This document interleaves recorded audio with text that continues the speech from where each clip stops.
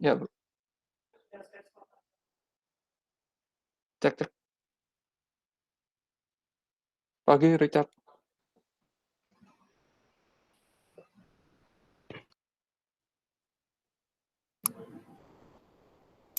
Oke, udah unmute.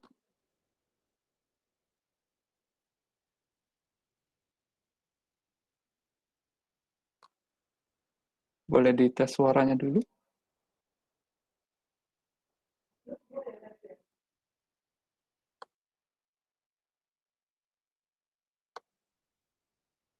Di unmute di sisi bawah.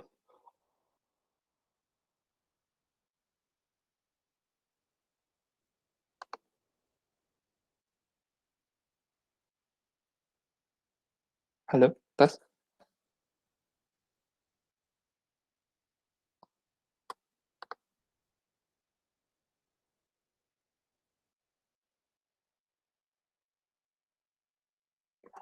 Mm-mm.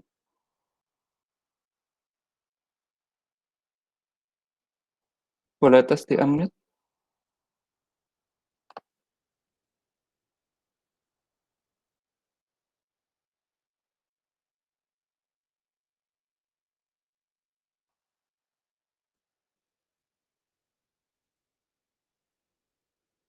Cek cek.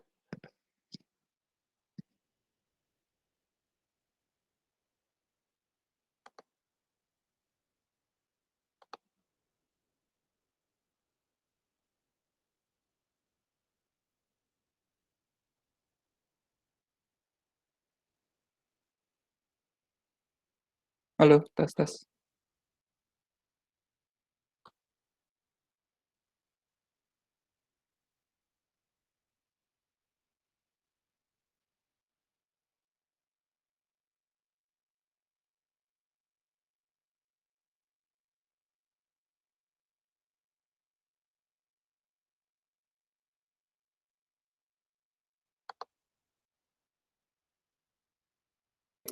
Halo. Oke, cek cek. Terdengar ya? Terasa. Iya, terdengar. Suara saya terdengar. Iya. Selamat pagi, Richard. Selamat pagi, rekan-rekan mahasiswa, dosen yang bergabung di kegiatan kita pada pagi hari ini. Di pagi hari ini kita kedatangan satu tamu untuk memberikan sharing tentang simbolisasi dalam desain. Nah, saya coba perkenalkan dulu ya. Jadi pagi ini kita kedatangan Antonius Richard Rusli, prinsipal dari Radar Architecture yang di establish di tahun 2017. Beliau lulusan alumni Universitas Katolik Parahyangan serta sempat bekerja di WOHA Singapura. Kita memulai kegiatan pagi ini dalam doa, doakan saya pimpin secara Kristiani. Ya Tuhan, terima kasih atas pagi hari ini kau kumpul kami di meeting room ini untuk mengikuti perkuliahan umum yang akan di-sharing materinya oleh Antonius Richard. Berkati Tuhan agar narasumber yang akan memberikan materi dapat memberikan materinya dengan baik, sekaligus mahasiswa kami pun dapat berdiskusi dengan narasumber dengan baik di sesi diskusi nanti. Berkatilah agar rangkaian kegiatan hari ini berjalan dengan lancar. Dalam nama Tuhan Yesus, kami berdoa dan mengucap syukur. Amin. Baik, Richard boleh dibantu dites di share presentasinya. Oke, sebentar sebelumnya suaranya oke ya? Masuk, jelas. Jelas ya. Kalau ada noise, tolong let me know Ya. ya.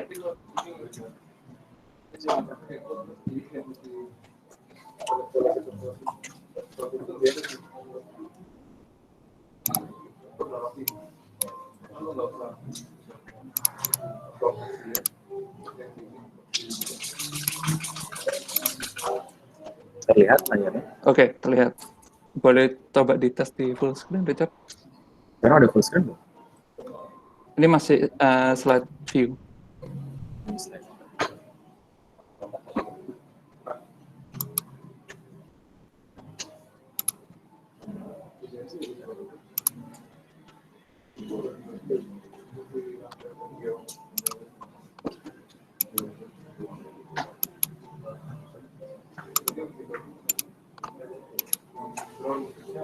Sekarang?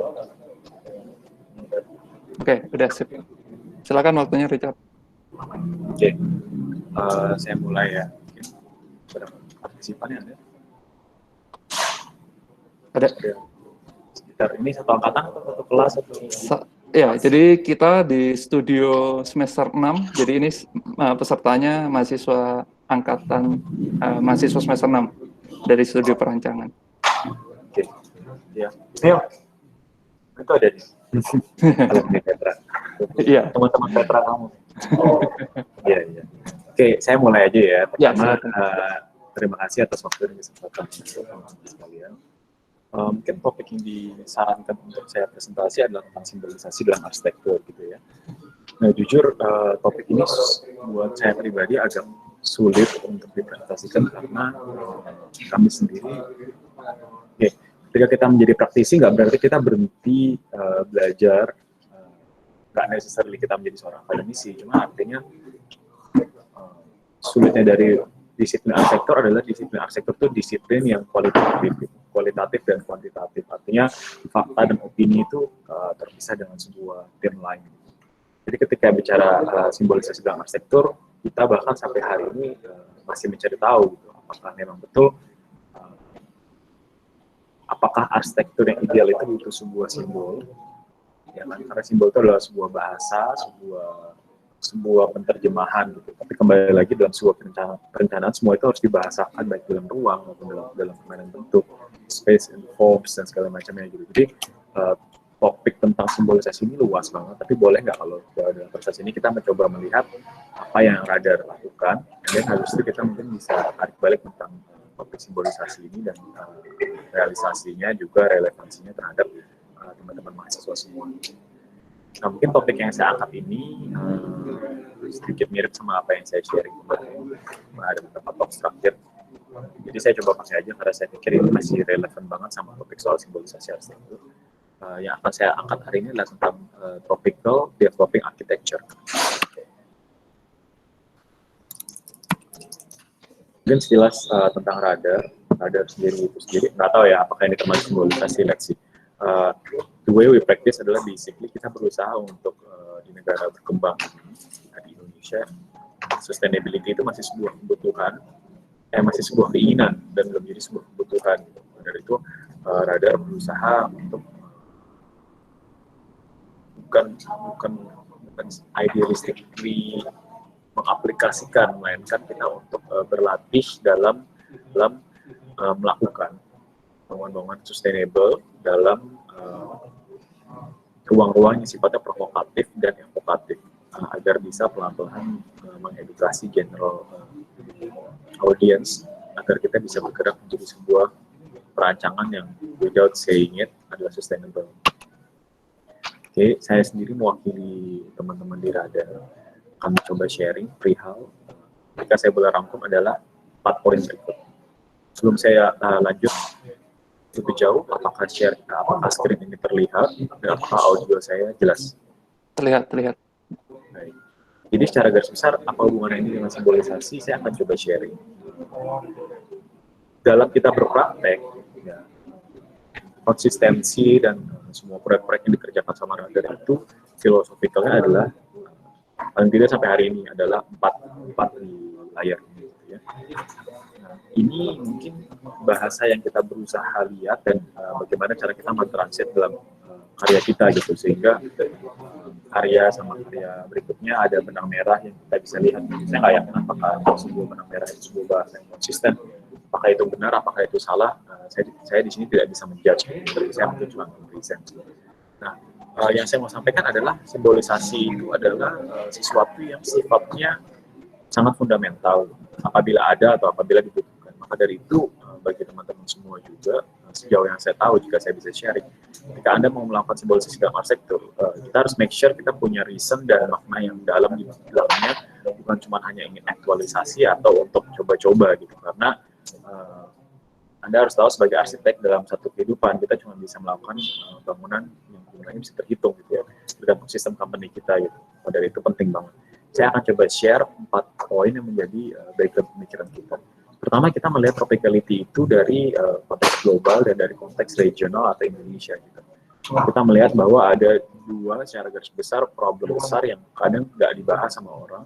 Adalah pertama, kita mau lihat dari kacamata capital atau economical. 2, kita mau lihat dari kacamata climate atau paradigm ya. Nah, Kalau orang bilang, oh, tropical architecture atau sustainable architecture di negara tropis seperti Indonesia, kita cuma bicara climate lah, passive building bullshit, dan juga, sorry,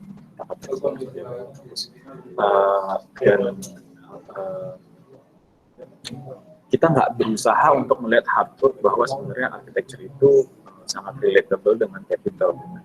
Kita akan mulai dengan yang pertama, kita akan masuk ke something yang sifatnya mudah-mudahan bisa memberikan gambaran adalah kita melihat dari kacamata global itu under appreciation and under development of tropical architecture. Di sini kita berusaha melihat simbol-simbol itu dan aplikasinya dalam realitanya. Dan juga kita akan melihat dari kacamata regional atau internal kita adalah selective application in small to medium project of tropicality gitu ya. Dan bagaimana hal tersebut membentuk sebuah capital pragmatism. Oke. Sebenarnya saya mau tanya waktu yang saya punya berapa lama dan apakah ada sesi tanya jawab? Ya, kurang lebih waktunya 60 menitan untuk sesi presentasi 45 sampai 60 menit. Setelah itu nanti kita akan sambung dengan sesi diskusi tanya jawab. Kalau gitu saya langsung aja. Mungkin kalau lebih nyaman kalau misalnya ini dua arah, cuman saya coba ini satu arah. Layar saya ini mungkin no brainer lah. Anda mungkin bilang ngapain sih Richard mengambil waktu saya untuk melihat ini. Saya juga tahu gitu kalau ini adalah sebuah garis tropicals di mana kita determine by latitude northern and southern hemisphere, di mana kita ada sebuah pemisahan antara tropical, subtropis, dan four season ya, dasar gitu. Nah, tapi ada beberapa hal yang Anda nggak tahu, dan mudah-mudahan hari ini kuliah ini bisa sedikit berguna untuk membentuk paradigma dan simbolisasi Anda tentang arsitektur. Bahwa pada dasarnya, gambar ini distorted gitu ya. Kelihatannya sangat sedikit yang warna biru. Sebenarnya yang warna biru ini untuk 40% dari permukaan tanah yang ada di dunia. Ya, sama seperti kamu bikin 2i perspektif kan semester 6 udah sering bikin perspektif ya. The longer it is from the center, ya, dia distorted. Gitu. Jadi actually Europe nggak sebesar itu dan Canada nggak sebesar itu. Gitu. In fact, Indonesia is actually projection wise way bigger. Oke, lalu Anda akan bilang kayak a lot of talking nonsense about tropical architecture because and sustainability and tropicality because that's our symbol gitu ya. It's our symbol in the way we practice. And then you might ask the question, what is the big deal? And then like, what differentiates tropical architecture and others? And then most important than all, what should we care? Nah, why should we care? Balik lagi tentang simbol-simbol, simbolisasi bangunan arsitektur kita coba terapkan. Bahwa why should we care? We should care because tropics consider 40% of our surface. And then you probably say that, I don't care. Okay, next fact. 70% of vegetation, yang basically producing oxygen, is from tropics. Okay, you're still saying that actually that's not the problem. It's not my problem right now, or at least at this point. Karena selama itu belum jadi pembangunan, has nothing to do with architecture, right? Okay, next fact. Di 2014, 40% dari populasi dunia itu ada di tropis. 40%. It's like almost half. Okay. And then like megacities kayak Jakarta, Philippines, Manila ya, misalnya gitu. Di India aja ada 4 megacities gitu ya. General megacities selain outside China itu located in tropics gitu ya. Kayak Rio dan sebagainya. Dan this figure ini fact ya. Projected will reach 50% by 2050. Means that 4.85 billion people will live in tropical line. And then like, I don't know whether or not it's enough reason for you to understand actually kita harus berhasil practicing what is the right symbol of tropical architecture. Bukan cuma sebagai ekspresi, tapi sebagai something yang adoptable dan juga easily copied. Okay? Kita nggak bicara soal special identity atau karakteristik yang membuat kamu spesial, tapi what is the silver line that we can spread to the world, at least karya-karya kita bisa inspire even the smallest and the minority of people along the lines of the tropical belt. Nah, Anda mungkin next question adalah ketika Anda tahu bahwa sekarang kita bicara tropis itu sangat penting, sekarang saya punya pertanyaan berikutnya. ada 108 negara ya, di 3 sisi yang kena garis tropis gitu. How many of these countries you think adalah negara maju atau developed country? Okay, you might thought like at least 20% or 30%, right? But it's not. Sebenarnya cuma 3. 2 diantaranya karena minyak. Satunya adalah Singapura, which not gonna count it as a country. Okay, itu basically adalah unfortunate country that happen karena Malaysia being stupid. Okay. And then like aneh ya kasar gitu. Jadi Anda udah melihat bahwa tadi negara tropis sebenarnya majority dari dunia gitu. Jadi kayak negara-negara Europe, Amerika itu sebenarnya malah minoritas gitu. Orang-orang di situ tuh nothing compare sama apa yang kita ada. Indonesia aja sekarang, Indonesia sama India aja. Ya, itu kita combine gitu udah sama kayak half the rest of the population in the world gitu. Tapi at the same time, kenapa architecture media itu belong to developed country gitu? Jarang banget yang nge-develop yang paling kayak Indonesia, dikit-dikit Vietnam, ya. Ironi banget gitu. You have to really think about it gitu. Kenapa kita nggak explore banyak tentang media arsitektur tropis gitu? Karena jawabannya adalah sama, architecture itu produk kapitalisme gitu. Ya. Jadi di global perspektif, produk architecture itu kelihatannya kayak eksotik, kayak bangunan Thailand gitu, bambu Vietnam, Indonesia, Bali. It's so bullshit gitu in terms of the real capital of architecture. What they don't reveal dalam website adalah harga bangun. Ketika kita revealing harga bangun per project, then what will happen? Kita akan realize bahwa tropical architecture all in every context. Bisa Anda bilang nggak juga misalnya bangunan auditorium kita mahal. Okay, your auditorium compared to auditorium in developed country, it's nothing. Ya, jadi generally 1/5 sampai 1/10 harganya. Jadi I'm not gonna lie to you, kalau Anda sendiri sekarang practitioner, Anda tahu dikasih 3 juta per meter sama 7 juta per meter, hasilnya pasti beda gitu loh. Jadi memang kita adalah produk kebudayaan, tapi kebudayaan itu lahir karena ada capital gitu. And then kemajuan sebuah arsitektur itu sangat bergantung terhadap modalnya, benar nggak? Dimana kamu taruh modal yang besar, ya akan lebih advance. Nah, karena itu tropical architecture itu sekarang left behind. Dan Anda mulai melihat bahwa banyak masalah-masalah seperti ini yang di media.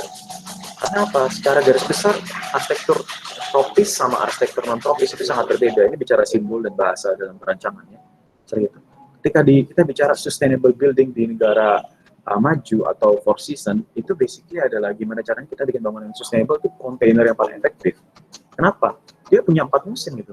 Jadi ketika winter dia perlu chiller, ketika winter dia butuh heater, ketika summer dia butuh chiller. But as well, kotaknya jangan macam-macam, kotaknya harus kompleks supaya hemat energi gitu. Dengan di kita, sustainability itu adalah harus highly adaptable to environment, karena environment kita tuh udah almost comfort ya. Saya nggak bilang comfort ya. To achieve comfort ada 3. Pertama, suhu, kecepatan udara, sama kelembapan. Kita almost comfort gitu. Jadi sustainability di kita adalah maintaining minimum energy to reach comfort gitu loh. Jadi totally different. Kayak secara bahasa desain juga beda gitu. Jadi jangan sampai Anda sekarang mahasiswa semester 6 buka-buka daily and then like copy the plan mindlessly gitu. Karena itu balik lagi seberapa jauh saya bicara dalam simbolisasi. Tapi one thing for sure ketika kita practicing ini dalam perancangan ruang, kita harus punya deep fundamental understanding about this gitu. Sehingga karena tadi kita bicara di the rest of the world, di luar tropis, di pembangunan itu harus di plan. Kenapa? Karena kita bikin box yang paling efektif ya. Jangan terlalu banyak pemisahan ruang, harus bikin something yang very centralized, sehingga bisa easily adjustable. Nah, akhirnya bangunnya jadi tebal sekali gitu. Sedangkan kalau di tropis, itu a very narrow plan. Kenapa? Karena kita banyak cahaya, banyak ventilasi gitu. Balik lagi ke maintaining minimum energy to reach comfort. Nah, totally different. Contoh, kita untuk bisa mengejar tadi kenyamanan satu-satunya kecepatan udara gitu. Kita pursue wind tunnel, kita creating wind chimney gitu kan, by variation of spaces besar kecil ya kan, inlet outlet. Di mereka there's no such thing gitu. Kamu kebayang nggak kalau lagi minus 15 derajat, and then kamu berdiri di wind tunnel, you will die man, like hypothermia for sure. Nah jadi totally different approach. Kita berusaha karena kita abundance of heat and direct sunlight. Kita berusaha dapatin luminasinya, tapi kita menghindari direct heat radiation gitu. Nah, sedangkan kalau misalnya di Northern Hemisphere atau Southern Hemisphere, unit-unit yang menghadap ke arah garis khatulistiwa itu yang paling mahal gitu. Nah, mereka nyari panas gitu loh. totally different. And then like yang paling membuat saya sering banget menemukan understanding of green road gitu. Jadi green road di negara four season stupid gitu. Karena the vegetation can only be enjoyed for 2 seasons kan, spring, ya kan, and summer. In fall and autumn, in winter itu dia mati basically, dia nggak berguna. Dan beban tanah plus beban air plus beban salju, jangan lupa, itu freaking dead weight gitu, nambah beban yang nggak berguna gitu loh. Nah, sedangkan kalau kita di tropis sangat beda gitu, karena kita again almost comfort gitu, kita berusaha tweaking and fine tuning small things supaya kita bisa reach comfort. Salah satunya adalah misalnya untuk permainan untuk menekan suhu ya, ini sangat membantu karena sangat reducing OTTV gitu. And then karena kita having plenty of water, kita harvesting a lot of waters by using it, releasing it slowly gitu. Dan ini baru cuma 6 dari sekian puluh perbedaan. Kenapa saya bilang harus mengerti simbolisasi arsitektur tropis itu apa? Karena kita sekarang sedang berpraktik di tropis, whether or not you like it. Gitu. Jadi kalau kita bahkan nggak bisa mengerti apa sih simbolisasi atau aplikasi bahasa-bahasa arsitektur tropis, atau saya nggak arsitektur tropis is wrong, itu jargon yang salah. Maksudnya apapun arsitektur yang kamu mau practice, harus realize where's the context gitu. Jangan sampai kita sebagai arsitek memberikan sebuah contoh atau inspiring the wrong things for the rest of the world gitu. Because now you realize that actually it will affect half of the world population. Whatever you're doing right now is like passing the baton to another person, another architect or another random person out there to do probably copying the same building as yours gitu. Jadi think carefully about whatever you're trying to applicate gitu. Oke, di saat yang bersamaan, ironinya adalah ketika kita bicara di Indonesia gitu ya, kita bicara ini dulu arsitektur tropis. Kita memang sekarang udah pernah ada banyak bahasan arsitektur keren, sampai kita bicara seperti ini gitu. Oh, bahwa arsitektur tropis itu bukan lagi langgam, tapi basically something yang kita bisa adopt in our daily architecture practice gitu. Bahkan kamu nggak usah bilang kalau ini arsitektur tropis, it just is gitu. Oke, it just is. Nah, problemnya dan gak ada yang mau ngomong ini, karena kan tabu dan salah kalau kamu harus ngomong. Ya, sampai hari ini per 2021, ketika kita bicara tentang bangunan $15 juta ke atas, yang the best seperti ini gitu yang terlihat. Ini bangunan-bangunannya harus full glass, you know. It's not like 10 years ago, it's right now at this point gitu loh. Kita kalah tender for this kind of buildings gitu maksudnya. Like, kenapa? What's with hypocrisy gitu ya maksudnya gitu. Karena apa, balik lagi, kita bilang sekarang kan Indonesia menjustifikasi, wah ya karena nggak mungkin lah bikin arsitektur tropis di bangunan tinggi gitu. Itulah statement itu bisa katakan atau tidak yang membuat jadi capital pragmatism gitu. Selama modal mahal, udahlah nggak bisa tropis gitu. Why? Kamu tahu negara ya di image ini yang di kiri itu PGTC ya. PGTC itu di Malaysia. Okay, yang bikin Kevin McClough. If you've been here, it will freaking blow your fucking mind. Okay, karena super sustainable and super tropical gitu. Doesn't have to be expensive. Jadi there's no excuses gitu ya. And then like desain yang di tengah ini WOHA Newton Suit. Oke, meskipun bangunan tinggi Anda tetap bisa lihat tuh ada tetap konsistensi, kita tetap pakai sirip penangkal sinar matahari. Kemudian kita tetap bikin extra balcony sebagai kanopi. Balcony itu buat jadi kanopi panas supaya nggak masuk ke dalam bangunan. Jadi ini meskipun high rise, tetap seperti bangunan tropis small to medium being multiplied gitu ya. Atau even masih excuse itu kan di Singapura nggak bisa, kita negara berkembang. Oke, yang paling kanan itu The Met di Bangkok. Oke, dan ini way back, it's like 15 years ago. So what's our excuses gitu loh? The Met is freaking green buildings. If you've been there, you know, semua koridor dia semua natural ventilation. It's crazy when you think about it. All the wind chimney and stuff. All the room have sun shading.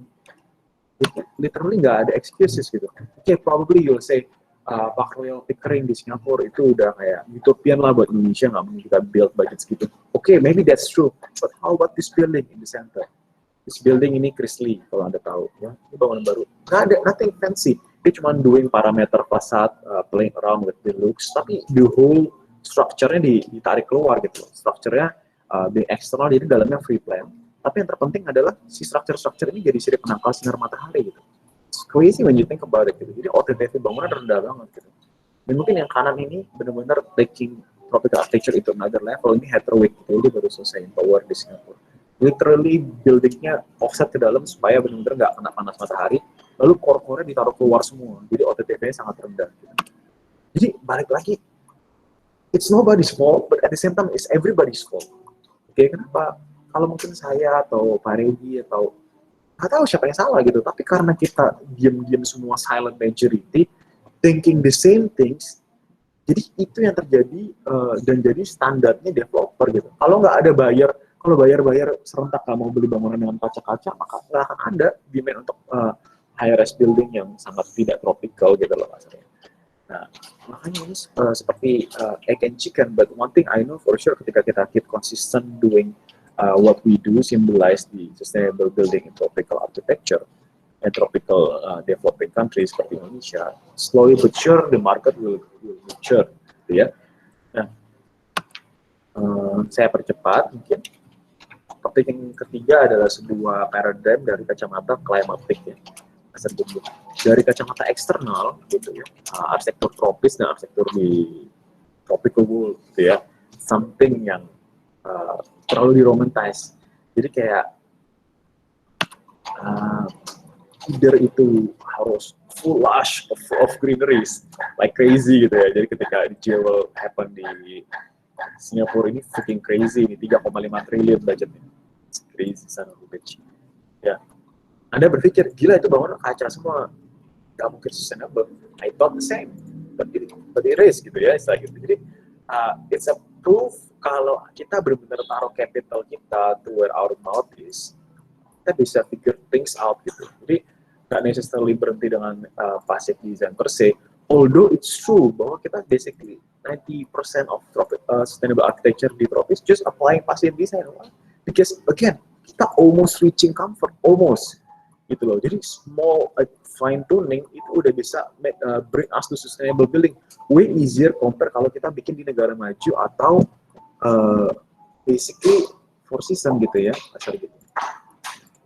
Nah, jadi ketika Anda lihat misalnya yang tengah gitu ya, King of Kuma bikin sama Anthony Liu, Tom gitu, cuma bikin Cabana di Bali gitu. Kamu tahu berapa banyak kontraktor yang muntah darah untuk bisa bikin ini? Countless gitu. It's just a simple thing gitu loh. Kenapa? Jadi ketika kita bicara architecture itu harus seperti kayak kelambu dan kayak harus semuanya waving and organic, canopies, which is not wrong. But at the same time, it doesn't have to be like that. Why? Because if this architect keep doing this, and then like global paradigm of seperti lagi simbol arsitektur tropis di mata global perception atau di mata mahasiswa adalah something yang harus mahal dan extravagant gitu. It doesn't have to be like that. See, jadi by the end of the day, yang kita berusaha sampaikan dalam simbolisasi arsitektur tropis itu adalah it's not a style. Jadi Anda nggak bilang, oh ini bangunan tropis, oh enggak, saya lagi bikin minimalistik. First of all, apa itu minimalistik? Oke, adanya reductionist. Okay. It's not even a style. And then like, it's dangerous gitu loh. Dan di saat yang bersamaan sekarang, saya nggak tahu dalam 5 tahun terakhir booming banget. Arsitektur tropis, arsitektur Nusantara. They don't even know what Nusantara means. Freaking hell, Nusantara itu basically negara kepulauan gitu. So, what? What is the symbolization of arsitektur Nusantara gitu? Jadi, because kita terlalu punya kebanyakan kebudayaan sehingga membuat desain itu jadi sangat mudah sekarang, oversimplified. Oh, bikin di Surabaya, harus Jawa Timur. Bikin di Bali harus Bali. Gampang. Kenapa? Ada apa-apa kepepet konsepnya Nusantara. Kayak bikin di Lampung, Nusantara Lampung. Bikin di Kalimantan, Nusantara Kalimantan. Ini make us lazy, and then like by the end of the day it brought nothing from, again in opinion ya, dari kita, brought nothing.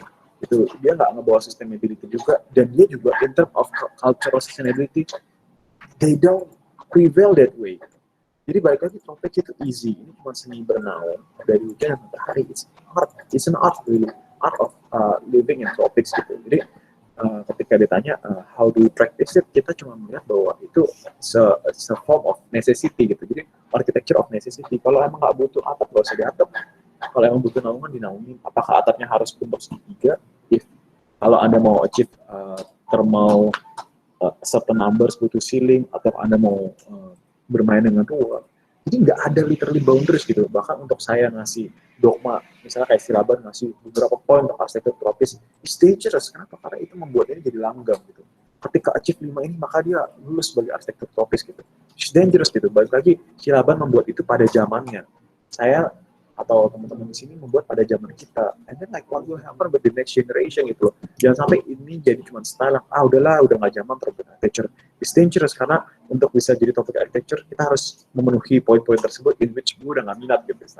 Dangerous, it's dangerous. Jadi lebih start with why, reason being kenapa Anda choosing that symbol or that style of architecture to pursue, baru articulation gitu ya. Jadi jangan dibalik gitu. Jadi beberapa poin yang kita sedang berusaha practice adalah dalam definition tadi adalah tuning architecture to tropical nature gitu. Jadi saya nggak bakal share semua karya. Jadi mungkin beberapa aja image-image ongoing project gitu ya. Bahwa ketika Anda bilang arsitektur tropis, ya udah yang penting cuma bangunan rumah barat, utara, selatan.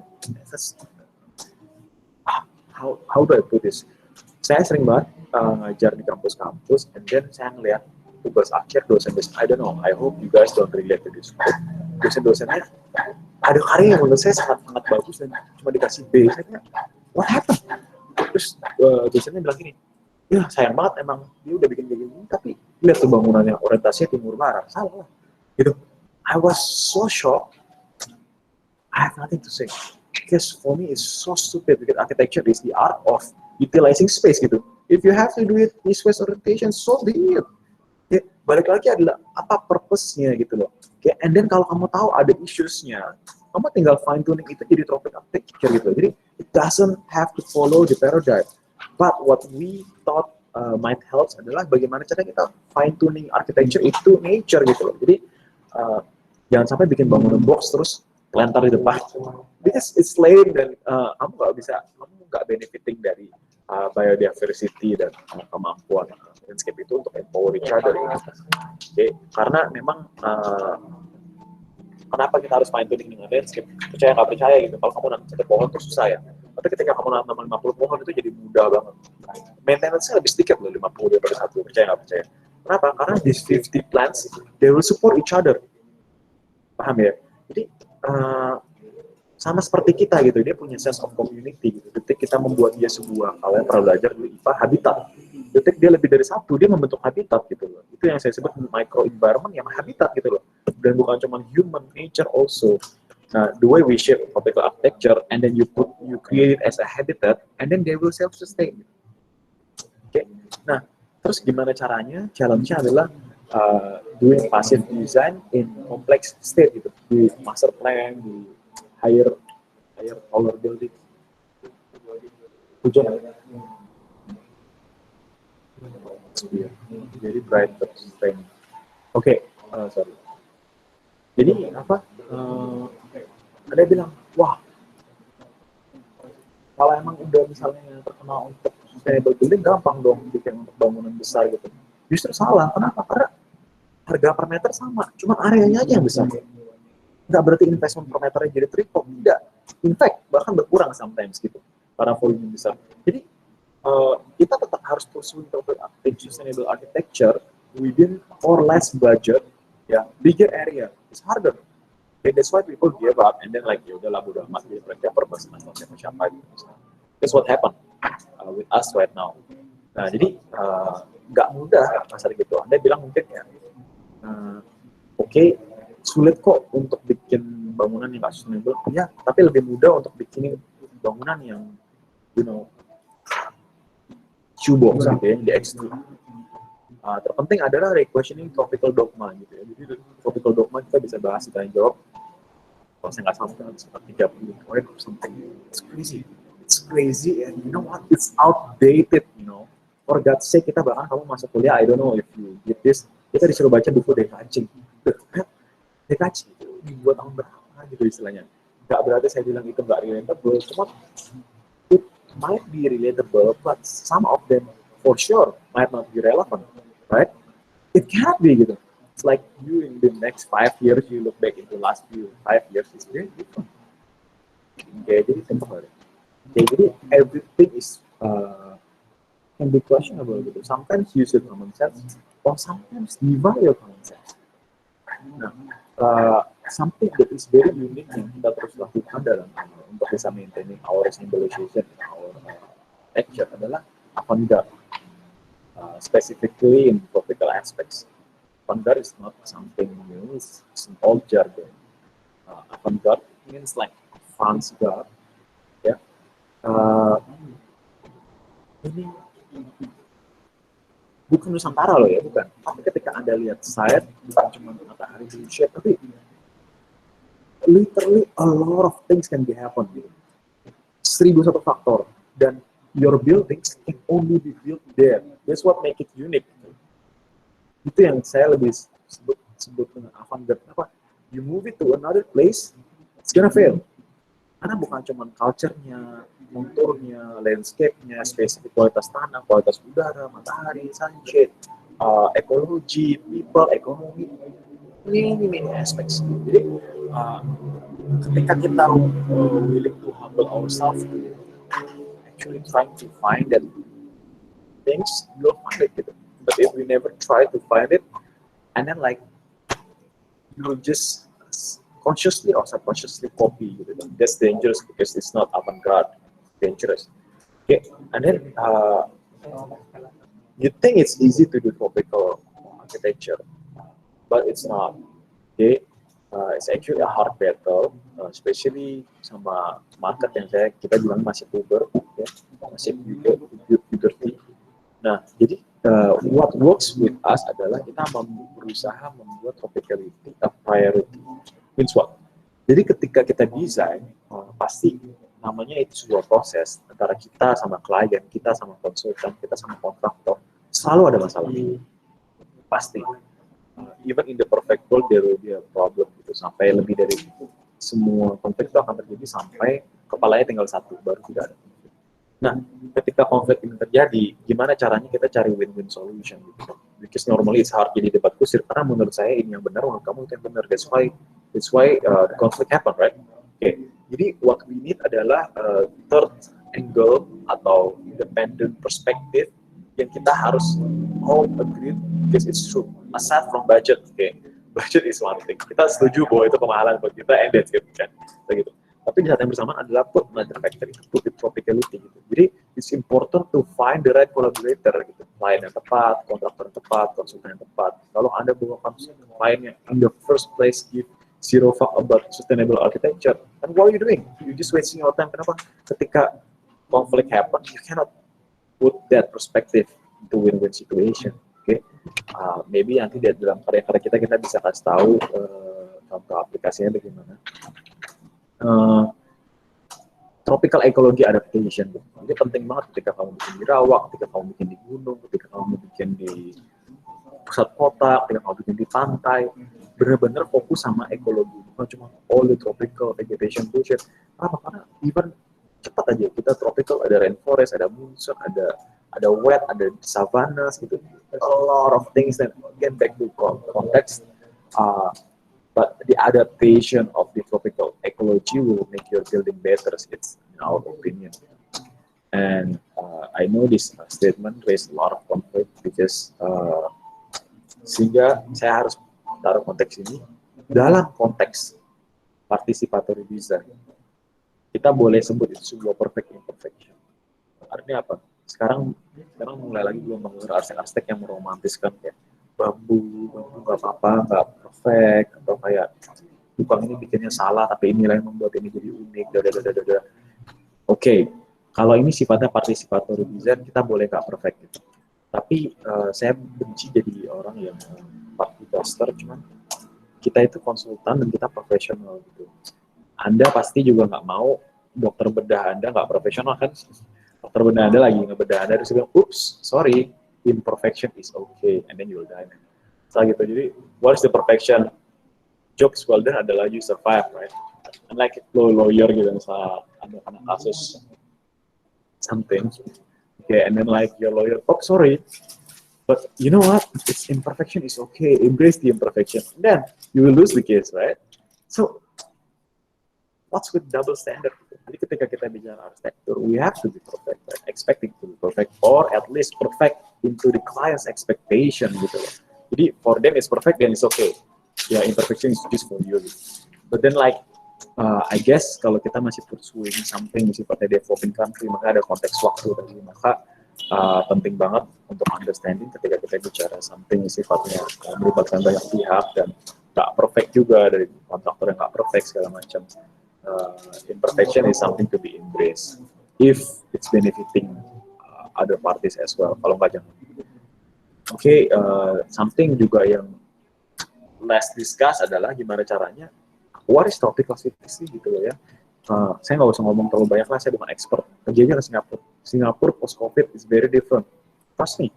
You went last time sebelum COVID, setelah kamu dapat vaksin semua rame-rame berangkat ke Singapura. It's totally different country right now. Just a stretch of 1 year.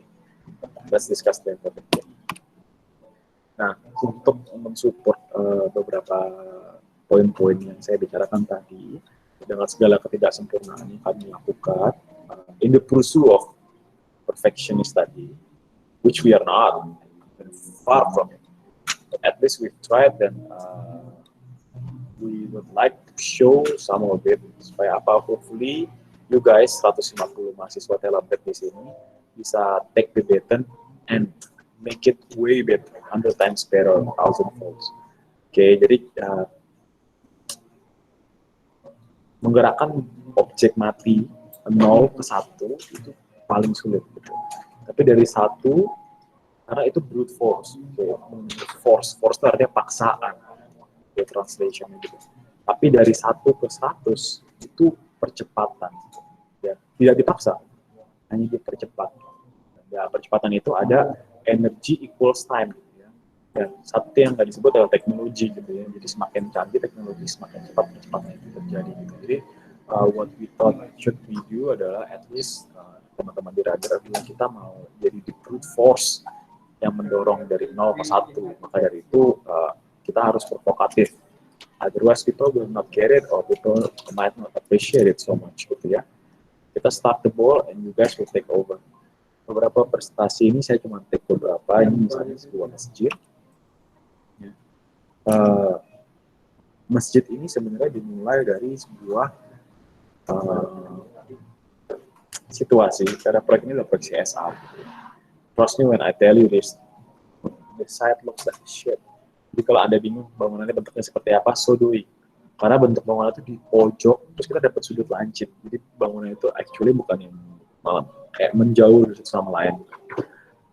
Sangat linear gitu. Dan actually kita harus nampung sampai dengan 2.000 orang. Jadi proyek yang demand-nya tinggi, tapi at the same time nggak ada budget. Gitu. It's very challenging gitu, dan jadi kita bukan cuma kena pukul dari kacamata sustainability, but it has to happen, it has to get built. Nah, jadi ketika that happens gitu, balik lagi ini saya kasih contoh tadi ya, kenapa tropicality jadi win-win solution. Nah, ketika budget jadi problem, we all agree kalau lo nggak punya duit lo nggak bisa bangun. Okay, stop. I want if any of you guys kept saying kalau architecture doesn't need money or money is bad, capitalism is bad for architecture. Get out from this chat room right now. Okay. I hate you guys. Because you're lying. Okay. Kalau Anda saya nggak kasih 1 miliar bangun itu nggak jadi kan? It's just a fact. Oke. Okay. Nah jadi ketika ini kita mau bangun adalah problemnya nggak ada budget gitu. Jadi kita harus sampai breakdown banget sampai to the point apa yang bisa kita reduce, but at the same time making tropicality as a win-win situation gitu. Rasa yang begitu jelek, kita bahkan susah banget buat bikin inlet outlet bukaan ya. Dari kalau kita punya satu ruangan yang penting ada inlet dan outlet, variation of inlet outlet sama variation of temperature, it will works, right? The thing is ketika kita berlawan sama arah angin dan arah matahari, sulit banget gitu. Nah jadi the only way adalah kita make it very porous, ya.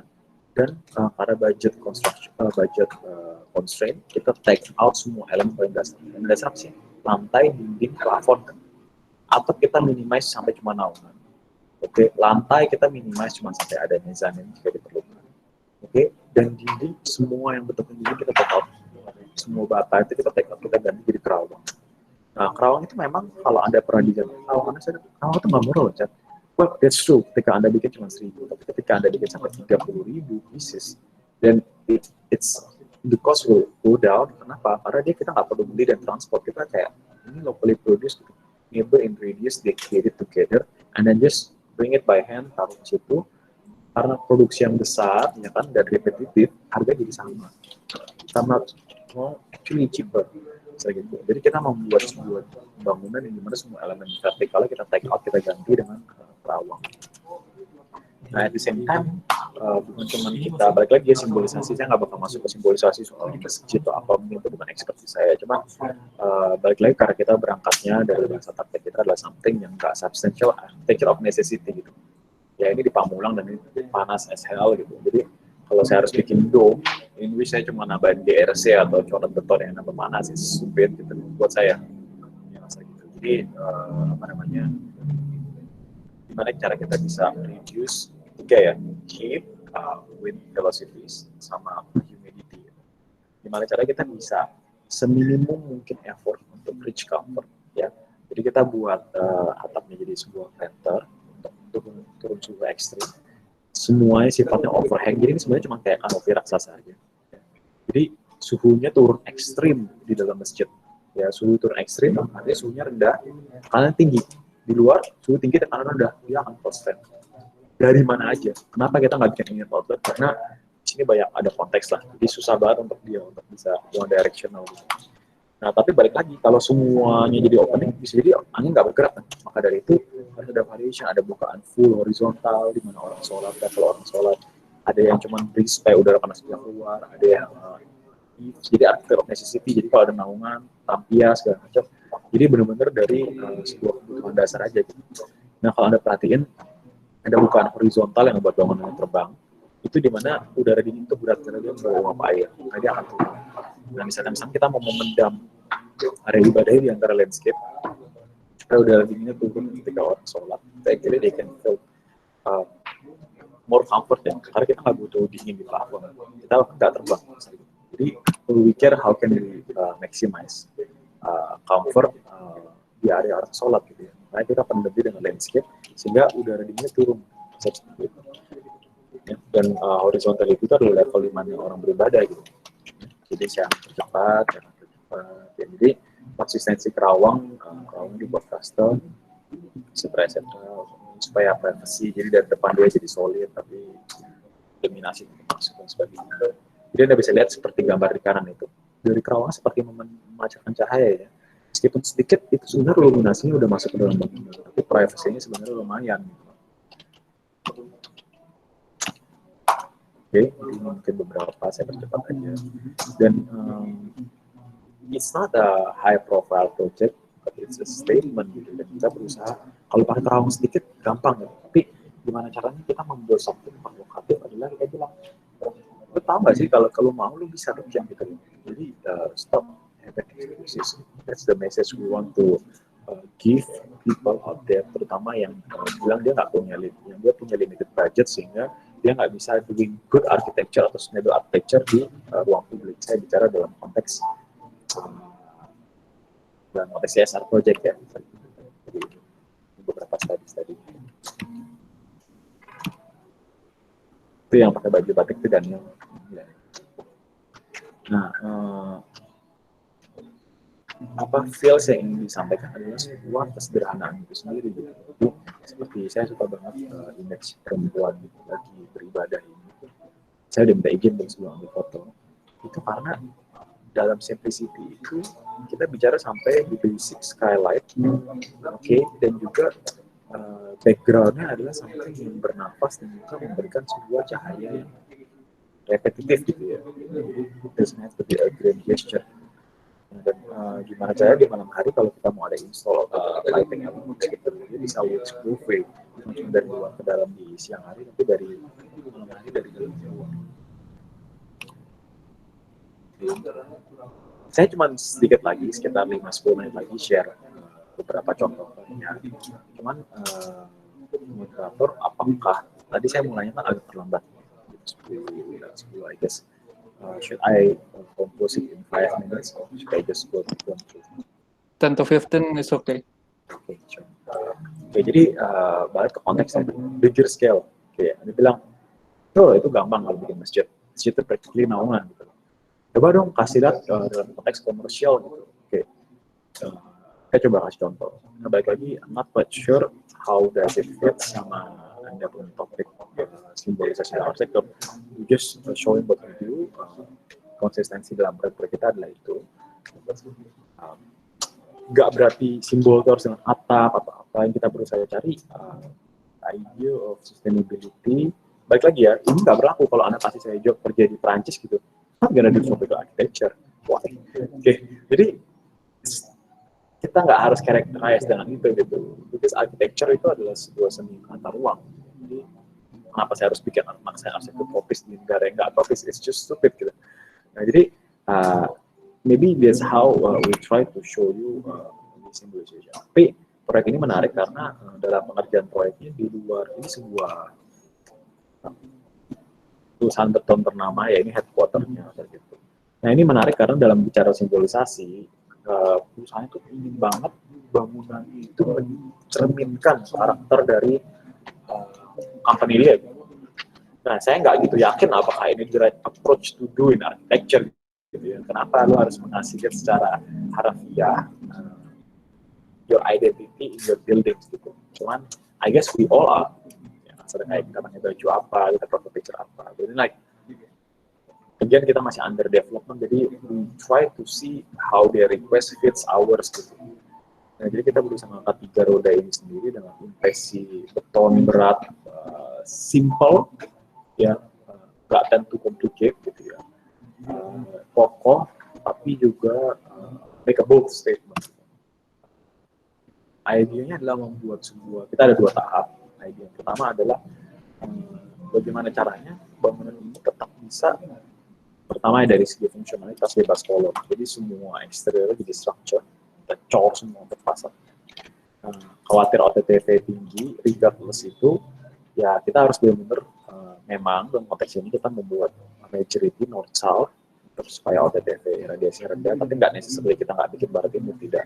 Kita membuat sebuah opening besar di barat timur yang menghubungkan sungai sama jalan raya utama untuk again permainan air velocity dengan opening gitu, membawa banyak udara ke inner core. Oke, playing around dengan sisi utara selatan dan barat timur, kita banyak eksperimen dengan balconies, ya. Jadi dia ada balconies yang masuk ke dalam untuk jadi bayangan, menjadi bayang-bayang atau shaded dari masanya di atas yang lebih tinggi. Ada area-area yang kita butuh udara pagi, udara segar yang kita justru stepping back seperti teras gitu. Nah, jadi yang unik adalah dari luar kita seperti 3 lantai, sebenarnya dia adalah 5 lantai. Jadi ketika orang lihat, bangunnya pendek ya, pasti masuk kamar, kok saya tiba-tiba tadi saya pikir saya di ground floor, ternyata saya di lantai 2 gitu. Jadi tamannya di bawah, sangket.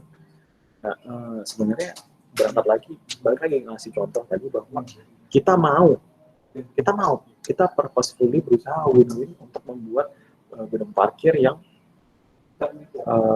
bermanfaat gitu. Kalau kita mau ke easy living basement, nggak badar, nggak sulit mungkin untuk ngejar parkir daripada single loaded, mending parkir langsung double loaded dan biasa gitu. Dan orang pikir itu lebih murah juga, cuman kita berusaha untuk menyembunyikan gedung parkir itu sendiri, sehingga dia seperti sculpture itu yang kita jual mereka di value of simplicity of 3 roda ini. Cuma for us, the sustainability adalah gimana caranya kita nggak mau mechanically ventilated gitu untuk sebuah parkiran. Jadi kita rather kita punch inner core supaya itu juga jadi inner core yang di-sharing buat parkir. You might think it's not a big deal, but when it comes to practical work, it's a very big deal. Karena kita bicara sama ngeruk lahan, atau training wall, kayak gitu. Jadi inner core-nya seperti ini. Jadi posisi barat timur kita open untuk vista, dan ketika orang masuk ke gesture-nya justru open air gitu ya, untuk angkat. Meskipun semen actually adalah produk yang paling banyak menyumbang carbon footprint di bumi gitu. Cuman saya juga ikut berperan di dalam hypocrisy ini gitu. Cuman better someone will, otherwise dia akan bikin bangunan yang tidak carbon, so they have to. Ya jadi as we said bahwa inner core itu sendiri juga share dengan parking. Jadi actually the building di podium itu sebenarnya 5 stories ya. Sisi barat timurnya seperti yang Anda lihat, kita pakai ruang-ruang informal di dalam jadi jembatan. Sehingga inner core-nya benar-benar tinggi. Dan sebenarnya masanya utamanya utara selatan. Kita gunain port sama toilet semua di sisi luar, sehingga dalamnya semua open plan. Jadi sisi nggak mungkin kita bisa capture this sunset exactly when it is in this perspective, but you get the point. Idenya adalah apa? Ibaratnya itu sendiri easier to see the leaves holding and then like daun berguguran, karena kecepatan angin tinggi dan bervariasi. Waktu saya tinggal mungkin sekitar 5 menit, jadi sangat cepat. Nggak mungkin ngomong sustainable ketika kita nggak bicara objek yang mungkin teman-teman akan langsung lakukan di sini rumah. Orang pasti bilang rumah tropis, bayang ada pasti ada atapnya, plafon, terus kayak ada corong. Exactly, karena itu kita berusaha untuk again mendorong objek dari 0 ke 1 itu sulit, jadi kita harus go dengan advokatif. Kita mau membuat sebuah rumah tropis yang nggak necessarily kelihatan seperti rumah adat semua. Oke, dan kedua adalah nggak necessarily harus Nusantara itu sebagai cover image gitu. Jadi kita mau bikin banyak bukaan, tapi kita khawatir dia double volume semua bukaannya. Tapi kita khawatir OTTV-nya juga tinggi gitu. Jadi misalkan owner-nya sangat penting dengan privacy. Jadi kenapa kita nggak bikin mesin bangunan itu sendiri self shaded? Jadi denahnya aja saling membayangi satu sama lain, mana matahari bergerak gitu ya. Sehingga di saat yang sama dia bisa jadi buffer privacy, di saat yang sama dari dalam dan keluar maksimal, tapi dari luar nggak bisa lihat ke dalam juga panasnya juga minim. Nah memang ini nggak fair karena dia udah di alam sutra, jadi suhunya udah 3 derajat, 2 derajat lebih rendah daripada Jakarta. Jadi kita tinggal perlu achieve 3 derajat lagi untuk reach comfort gitu ya. Nah, jadi that's the goal of the building actually. Jadi kita memang focusing sama gimana caranya eliminate elemen vertikal, yang kita fokus bikin corong udara. Itu cuma itu premis, jadi nothing fancy. Gimana cara kita buat corong udara dengan membuat suatu ekstrim gitu. Jadi vegetation sama efektif pool, cooling water pool di bawah sehingga suhunya dingin, suhunya rendah, tekanannya tinggi, dan skylightnya benar-benar expose, grill udara keluar sama kaca yang masuk tinggi, tekanan rendah, sehingga udara itu meskipun semua jendela ditutup dia bernafas, semua bergerak cross dulu pelan-pelan, dan dia akan stack. That's the basic premise. Jadi sekaligus juga memastikan semua pencahayaan itu, dan juga kita bisa membuat ruang ini jadi sebuah gallery. Swimming pool kita taruh di lantai 2 karena kita percaya swimming pool itu cuma buang-buang space kalau ditaruh di ground. Basically Anda kehilangan footprint kan, and then after that apa? Kita nyalain lampu juga yang terang cuma malam-malam gitu. Jadi kita insist untuk use adjusted buildings, jadi ketika kita nyalain lampu itu bisa illuminate environment sekitarnya juga.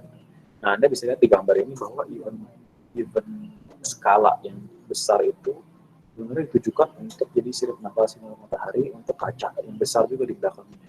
Itu bisa lihat kan yang panas sama bayangan kontrasnya. Jadi sehingga ketika kita lihat keluar itu pure greeneries dan luar ke dalam. Nah itu yang kiri itu sebelum tutupin kaca ya. Sekarang udah privacy jadi owner nggak mau terlihat gambarnya. Cuman secara besar opening untuk skylight itu kecil sekali sebenarnya. Hanya kita membuat corong itu di silik kita supaya dia bisa illuminate-nya bigger illumination. Cuman direct hit yang masuk itu sedikit sekali, dia harus di exact same hour dan hanya berapa 5 menit window direct sunlight emitted hit ke dalam ruangan. Ya, kita nggak berhasil bikin green dot semua. Stop. You guys do it. Okay. It's very hard, to ask your client to do green room. Trust me. Especially if you do this colossal project in a house. Ini sekilas section ruang yang riset cepat aja ya. Cepat.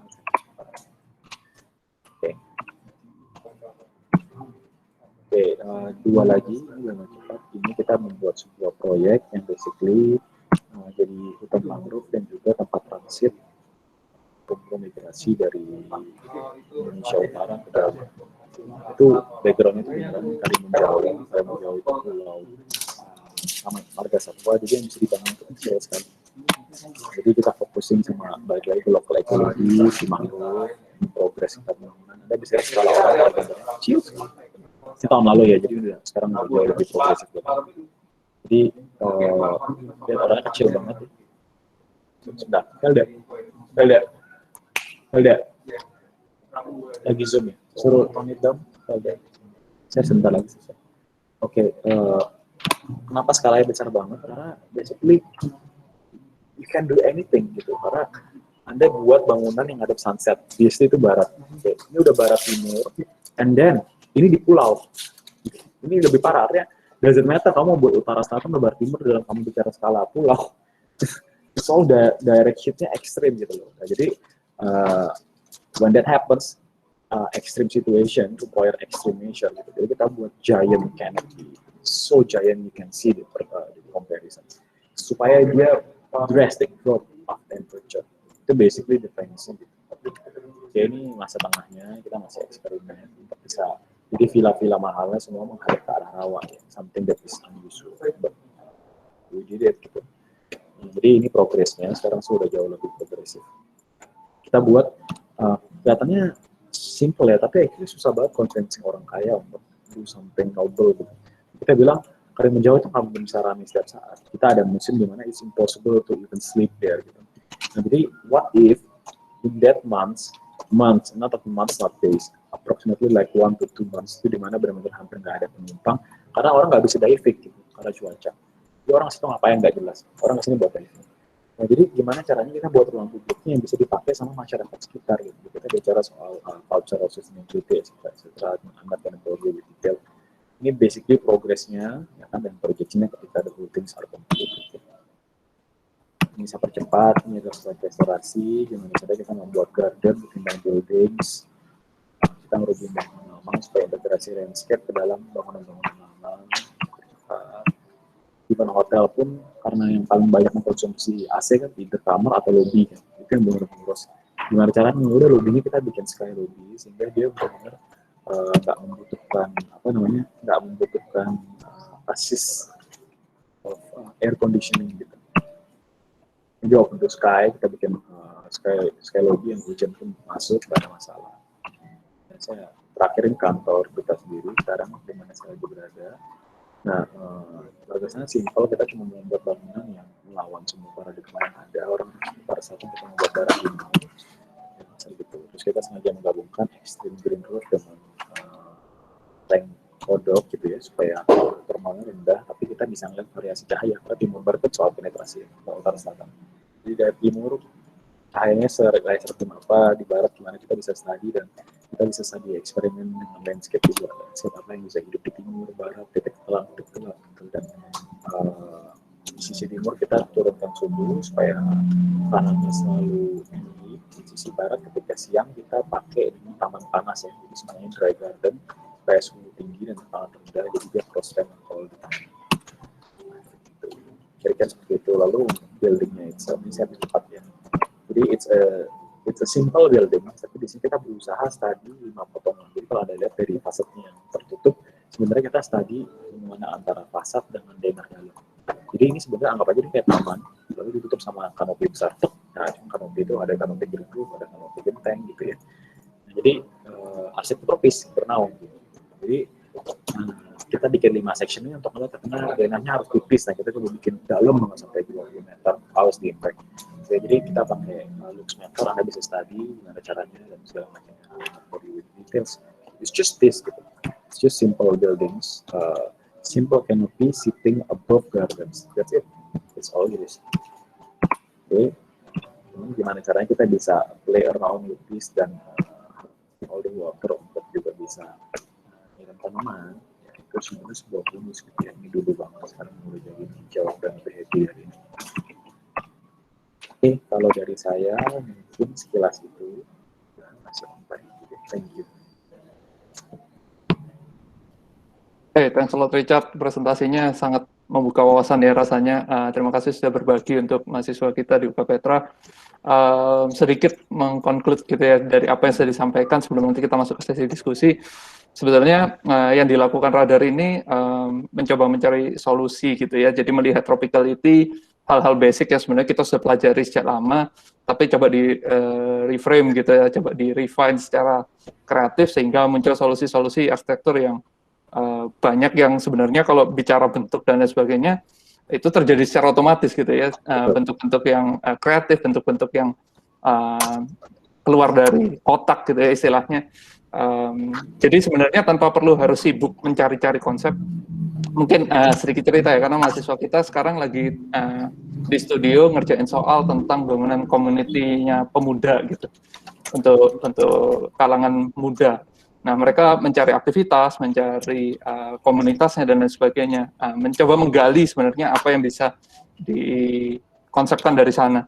Dari contoh-contoh yang ditampilkan rasanya menarik gitu ya, melihat permasalahan sebagai starting point yang utama, tidak untuk lari jauh, tapi justru kontekstual, menyelesaikan masalah, tapi at the same time automatically juga bisa tampil kreatif gitu, menjadi pembelajaran-pembelajaran yang menarik untuk kreasi-kreasi arsitekturnya. Nah, kita masuk ke sesi diskusi ini. Teman-teman boleh raise hand kalau ingin menyampaikan pertanyaan secara langsung, atau misalkan kalau malu dan lain sebagainya boleh diketikkan di kolom chat. Mungkin saya trigger dulu pakai satu pertanyaan ya. Silakan nanti mencoba menuliskan pertanyaannya di kolom chat. Richard, yang pertama nih, kan tadi kalau kita lihat banyak pekerjaan dari radar yang sifatnya eksperimental gitu ya, walaupun sebenarnya beberapa sampai build gitu, terbukti bisa dibangun dan lain sebagainya. Nah, eksperimennya itu kan sebenarnya dikaitkan sama problemnya tadi, problemnya tropicality gitu. Dari sekian banyak eksperimen, bagaimana sih menguji dalam tanda kutip kemungkinan keberhasilannya supaya itu membuat tim ataupun klien pun juga menjadi yakin ini bisa kok untuk menjadi solusi dari penyelesaian masalah. Very good question, Pak Revi. Panggilnya Pak. Okay, it's a tough question. Oke, ini sebenarnya pertanyaan ini semua udah mikir ini juga, dan semua juga setiap hari nyari jawabannya gitu. Tapi sebenarnya ini adalah sebuah rhetorical question antara ayam sama telur, mana duluan gitu ya. Ayam sama telur. Ayam dulu apa telur dulu gitu kan. Sama seperti kita di arsitektur juga. Project yang bagus dulu atau portofolio yang bagus dulu. Ya kan? Portofolio bagus kan kalau projectnya bagus. Ya kan? Projectnya dapat project bagus kalau punya portofolio bagus gitu kan. Terus gimana nih gitu kan. So, gitu. Nah, sama juga dengan pertanyaan tadi, applicate the same way adalah udah eksperimen dulu baru applicate di buildings, atau karena udah applicate sebelumnya baru pakai lagi di building tapi jadi ngulang. Those kind of things ya. Basically around the same. Nah, political correctness answer-nya adalah jangan coba-coba sama proyek dengan uang klien karena kita profesional gitu. Jadi at the very least you have to know some stuff before you even begin to start. Tapi jawaban saya yang sebenarnya adalah depends on how much budget they have. Apa artinya gini? Saya melihat, oke, gini, saya coba kasih perspektif ya. Kenapa sebenarnya kalau kita mau melihat arsitektur sebagai sebuah bisnis is a very bad business. Jadi dari 150 mahasiswa ini lari lah secepat mungkin. Oke, kenapa? Bukan karena lembur, bla bukan. Semua kerjanya begitu. Oke, premisnya adalah simple. Kamu muntah darah mengenali satu klien, memecahkan satu masalah. Kerjanya bertahun-tahun sampai build, tapi cuma bisa dibikin sekali. Nggak bisa kamu copy-copy. Betul. Artinya kan, it's the same really gitu. Kamu nggak bisa copy karena ada yang plagiat kan, gitu. Beda sama riset produk, kamu bikin sekali, patenin, cetak sebanyak-banyaknya gitu, tajir. Kalau berhasil, semua juga gitu. Cuma maksudnya adalah, balik lagi gitu. Maka dari itu kita melihat bahwa kita nggak mau kalau kita itu cuma jadi, gini, proyek arsitektur itu makan waktu banget. Ya mungkin Pak Didi tahu banget nih, gitu. Dari desain kamu muncul di otak sampai kamu bisa enjoy di ruangan itu take some time. Gitu. Kalau sakti-saktinya mungkin 1 tahun, 1,5 tahun itu untuk bangunan yang simple gitu, agak simple. Gitu. Dan artinya kalau saya harus buang-buang waktu anyway, better be worth it. Itu jawaban saya gitu. Jadi sambil jalan kita sambil explore. Logically you know it works, cuma along the ways before it's applied gitu, ya kita bikin mock-up gitu ya, misalnya kita testing mock-up, and then like cek sama konsultan lain gitu kan, yang lebih spesifik gitu, yang lebih ngerti gitu. Jadi kayak, mau bikin gini bisa nggak ya, saya belum pernah nih gitu kan. coba study dulu, cek studi kasus. Jadi kita belajar along the way gitu. Jadi jangan sampai berarti ketika kita jadi practitioner kita tabu buat nanya atau nggak pernah bikin ini, malu gitu. Kalau Pak Reddy udah pernah bikin, saya tinggal telepon Pak Reddy. Tuh nggak ngerti, ajarin gitu kan. Asal gitu. Jadi kalau saya berusaha ngeliat negatifnya itu dari arsitektur, tapi positifnya apa? Kita itu generalis gitu. Arsitektur itu generalis. Jadi ketika kita nggak tahu detail atau for sure whether or not it works, jangan malu gitu loh. Karena memang we were required to understand a lot of stuff. Jadi kalau sometimes kita nggak spesifik dan nggak deep enough, comprehension-nya adalah nggak apa-apa gitu. Yang penting you know what's right, what can be done, what cannot be done, and then ask. Itu sebenarnya ada konsultan-konsultan lain.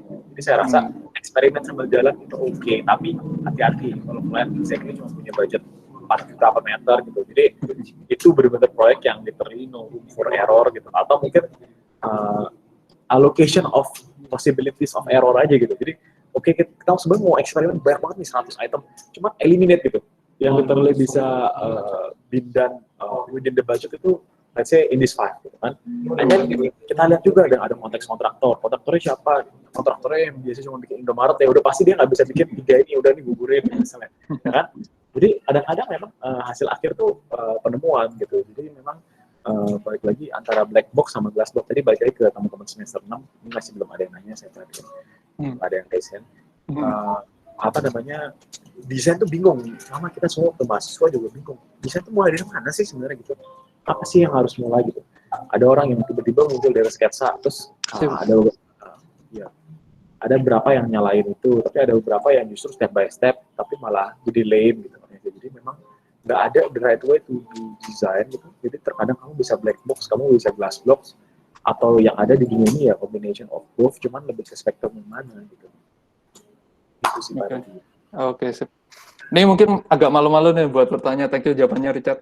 Rasanya bisa belajar sambil mengaplikasikan gitu ya, hal-hal logik tetap dipertahankan gitu ya, sambil bereksperimen. Levelnya mungkin berbeda-beda gitu ya, di konteks yang budget limited, mungkin eksperimennya hal-hal kecil, makin membesar nanti bisa membesar juga. Oke, silakan rekan-rekan yang mau bertanya atau berdiskusi. Tadi rasanya sudah cukup banyak yang disampaikan. Rasanya menurut saya pribadi bisa relate banget ke tugas yang kalian kerjakan gitu ya. Saya coba dipanggil dosen rekam loh, keren. Ya dosen saya nggak pernah saya rekam. Kan baru-baru gitu ya. Cek. Coba mungkin Roland ada yang mau tanyakan mungkin Roland? Tes? Roland Giraldi nomor 84. Ya, boleh. Ada pendapat mungkin atau ada yang mau didiskusikan, ditanyakan, silakan. Oh ya, mungkin ada pertanyaan gini Pak untuk Pak Richard. Ya. Kalau tadi kan saya dengar dari pembicaranya Pak Richard tuh ngomong kalau misalnya lebih baik, kalau dari yang saya tangkap ya Pak, itu kayak ngomongnya kan lebih baik untuk menciptakan sesuatu bangunan yang tropis, yang kalau ngomong konteksnya tropis itu secara pasifnya dimanfaatkan dengan sangat baik dari tadi ventilasinya, terus gitu orientasi mataharinya dan lain-lain. Tapi kalau ngomong tentang passive waste itu kan mungkin kita memang harus sangat memperhatikan. Tapi kalau tadi saya lihat ada kayak bangunan contoh yang kaca-kaca itu mungkin tuh. Tapi kan kalau misalnya dari saya pelajari tentang sustainability itu kan akhirnya bisa aja sekarang kan banyak teknologi yang sudah berkembang, kayak contohnya pakai PV, terus thermal glass atau electrochromic glass dan sesuatu yang lain-lainnya. Itu apakah itu tidak bisa, maksudnya bukan tidak bisa sih, kayak apakah itu masih belum efektifkah untuk menjawab permasalahan yang membuatnya secara inactive way gitu. Akhirnya kan kalau misalnya ngomong pakai PV atau menciptakan sesuatu yang agak lebih mahal di awal, akhirnya tapi kan untuk nanti jangka ke depannya dia itu bisa akhirnya membentuk sebuah sistem sendiri dalam bangunannya. Itu apakah kurang efektifkah atau bagaimana? Oke, mungkin instead of passive design gitu ya, apakah tidak ingin mencoba yang aktif gitu mungkin dengan teknologi dan lain sebagainya? Ya, itu bagus, Roland, pertanyaannya bagus. I'll put it this way, again in opini ya, jadi feel free to be smart about it. Buat kita bangunan di tropis adalah minimum effort to reach comfort. It's just that, minimum effort to reach comfort. Oke, jadi kalau saya nggak perlu aktif, saya nggak aktif. Tapi kalau andai kata, misalnya tadi Anda ngasih contoh, misalnya tower, ya kan? Wah, gimana dong? Masih kaca nih. Kliennya maunya kaca. Berarti kan pasif kamu udah nggak bisa. Then you're trying to find active approach, ya kan? Pakai kaca low E misalnya gitu. Oke. Misalnya. Terus kamu sempat sebut photovoltaic gitu misalnya. Oke. First of all, Roland ini it's a very important opinion, tapi juga saran. Ya, yang mudah-mudahan kamu carry out through your career and life. Okay. Never trust something that you haven't applied. Itu berlaku juga untuk opini saya. Jadi ini nggak ada gold standard. Jadi kalau kamu bilang photovoltaic dan kaca low E itu sustainable, kamu dengar dari siapa? Dari owner, dari yang jual, sales, atau you have tried it yourself. Gitu. It's very important. Kenapa? Kaca low E is not that sustainable as it sounds. Basically adalah gini loh, kamu harus ngerti. Ini bangunan tinggi ya. Let's say gitu, ini bangunan tinggi kamu. Ketika kamu punya bangunan tinggi, definisinya apa sih? Generally adalah bangunan itu lebih vertikal daripada footprintnya, betul ya? Paham ya? Artinya kalau footprintnya X, ya kan? Dia paling tidak sekitar 5-10X, ya kan? And then multiply di X ini sampai 10 kali. Bodoh-bodohnya seperti itu. When this happen, gitu, musuh tropis kamu cuma matahari, udah. Hampir nggak ada yang lain gitu. Artinya kamu punya itu islands, dan dia your direct hit will revolve around your buildings. Gitu. Jadi green building versi verticals adalah cuma reducing heat as much as possible. As much as possible. Jadi, makanya kalau saya coba balik ke presentasi saya, yang awal banget, saya kasih lihat bahwa sebenarnya bukannya nggak berguna bikin pasang low E dan segala macam, cuma nothing, compare to ketika Anda berusaha ngeblok, ya, ketika Anda berusaha ngeblok, Anda tahu OEC downtown, warna merah di isi tanaman rambut, itu saya sama teman-teman punya joke, saya sebutnya itu red dildo gitu. Itu dildo warna merah yang berbulu gitu. Jadi ini udah semester 6 ya, udah di atas 18 saya. Nah, jadi maksud balik lagi ke topik ini adalah apa? Personally, I hate the dildo. I hate it. But when we talk about sustainability, it's so sustainable you wouldn't believe it. Kenapa? Ketika kamu bicara Roland tadi, bangunmu kaca. Kenapa? Karena core kamu di tengah kan, untuk vertical. Coba kamu pikir, kalau core kamu taruh di luar, nggak cuma kamu dapat open plan di dalam, yang kena panas itu actually adalah lift kamu atau shaft kamu. Imagine how much energy can be used. I don't care kalau lift saya panas. Definitely penggunaan AC saya berkurang at least half. Think about it. Just a simple gesture of shifting the plan. And then you ask me, kenapa saya nggak mau coba active?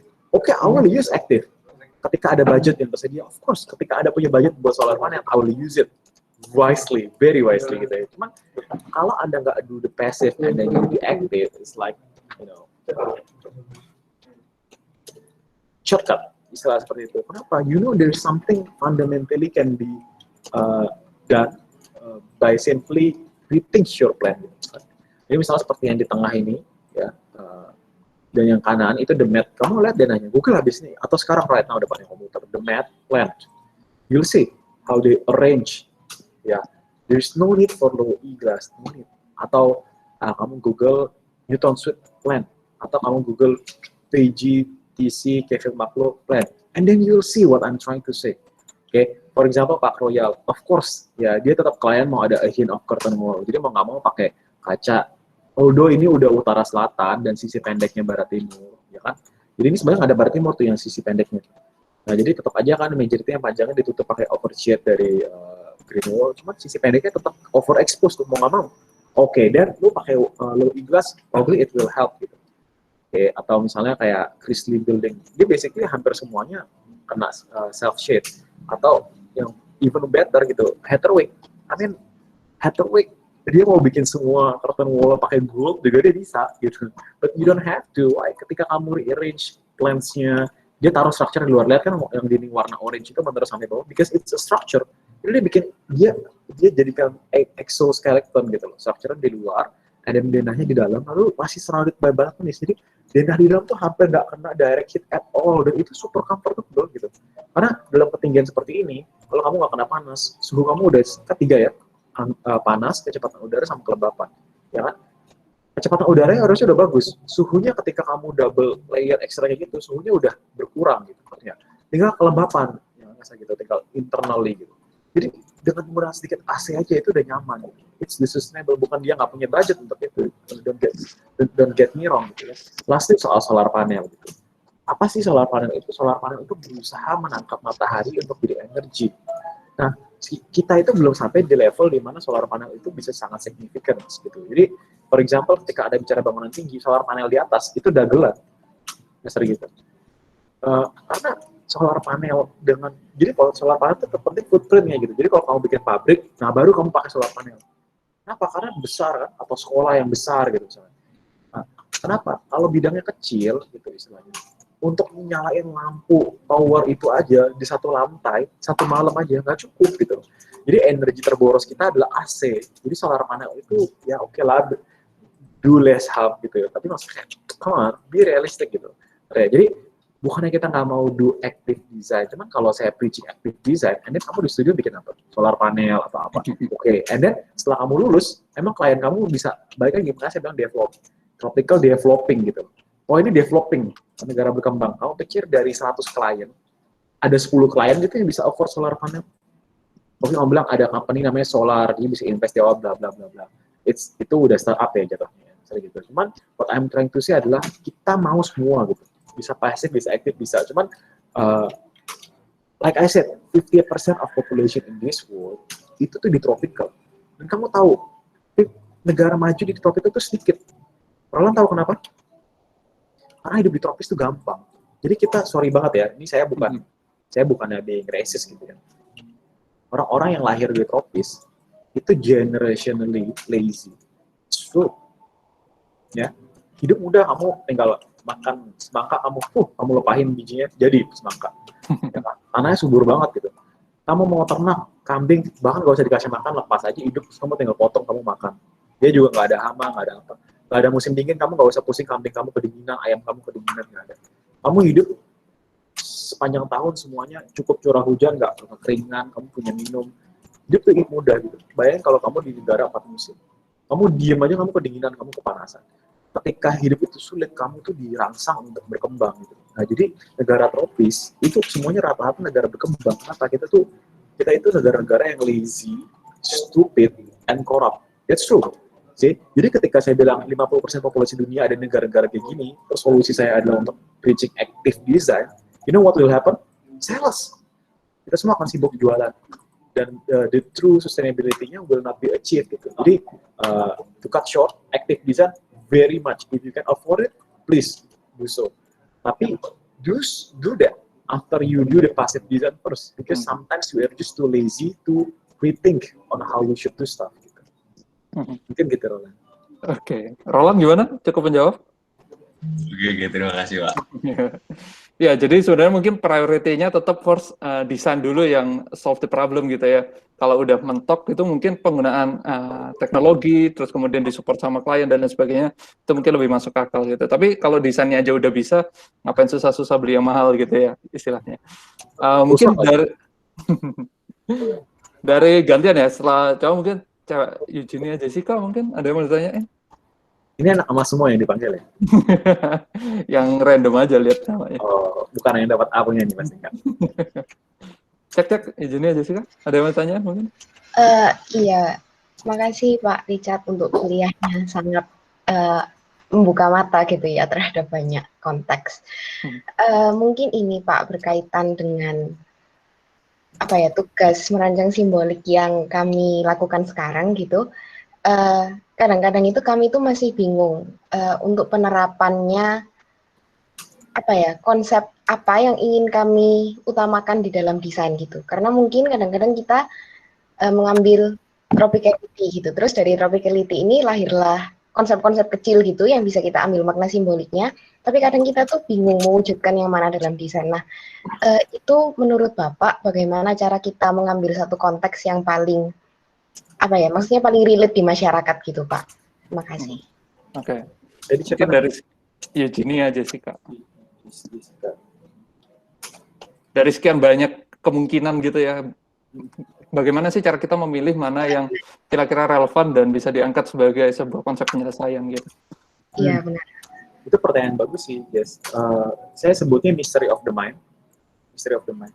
Itu yang ngebuat desain kamu beda sama 150 orang lain di ruangan ini. Kalau sama ngeliat yang sama, nanti desain jadi sama kan? Sering gitu. Jadi, saya selalu bilang, yang ngebuat arsitektur itu disiplin yang menyenangkan, beda sama teknik sipil, adalah kalau teknik sipil dikasih masalah yang sama, jadinya sama. Karena mathematically soft, ya kan gitu. Nah, yang ngebuat di sini kamu bisa beda satu sama lain adalah kreativitas dan perspektif and paradigm. Jadi, ketika kamu sampai di sebuah set itu, ya kan, kamu melihat something pasti beda sama si Roland tadi lihat misalnya, atau saya lihat atau Pak Reddy lihat gitu. Itu yang ngebuat kamu spesial. Itu yang ngebuat kamu stand a chance to kick my ass, kick Pak Reddy ass gitu in few years gitu misalnya. Benar ya sih? Kalau lu semua sama gitu, and then like what's the point of graduating? Ya kan? Gitu. Jadi saya selalu ngelihat jangan bingung. Dan kalau kadang-kadang kok gue ngeliat ini tapi yang lain nggak lihat ini, but maybe you're right, maybe you are right, maybe others are wrong. Jadi one thing to be developed ketika jadi arsitek adalah sense of confidence. Okay? Sometimes fake it till you make it is okay, tapi ada limit gitu ya maksudnya. Jadi just try gitu. Cuman something you have to know, do something that is fundamentally correct ya. Itu jadi pursuit fitness. Dan tadi mungkin saya salah sedikit dalam artikulasi. Kalau kamu bilang kamu mau bikin simbolik itu, please don't. Gitu. In fact, kalau ada mahasiswa di sini mau buat kayak topiknya tentang symbolic tropicality, dicein aja Pak Reddy ya. Gitu. Bahwa sebenarnya tropicality itu bukan simbol ya. Gitu. Tropicality itu means to achieve. Jadi kamu bikin something tentang tugas kuliah kamu ini, tentang mahasiswa ini, dan certain places, do with other symbol.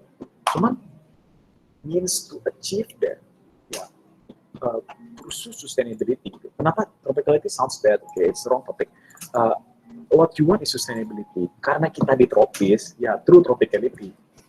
Okay, jadi jangan jadikan itu fokus. Kenapa? Karena kalau kamu jadikan itu fokus, lagi-lagi kamu sama saya, kita sama-sama berkontribut membuat kesalahan, menjadikan tropicality itu sebuah langgam.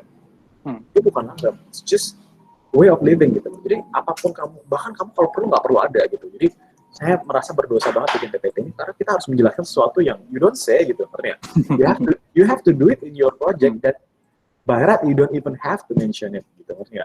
Nah, kenapa kita mention it? Karena kita di dunia praktek di mana banyak evil out there yang who cares gitu. Artinya.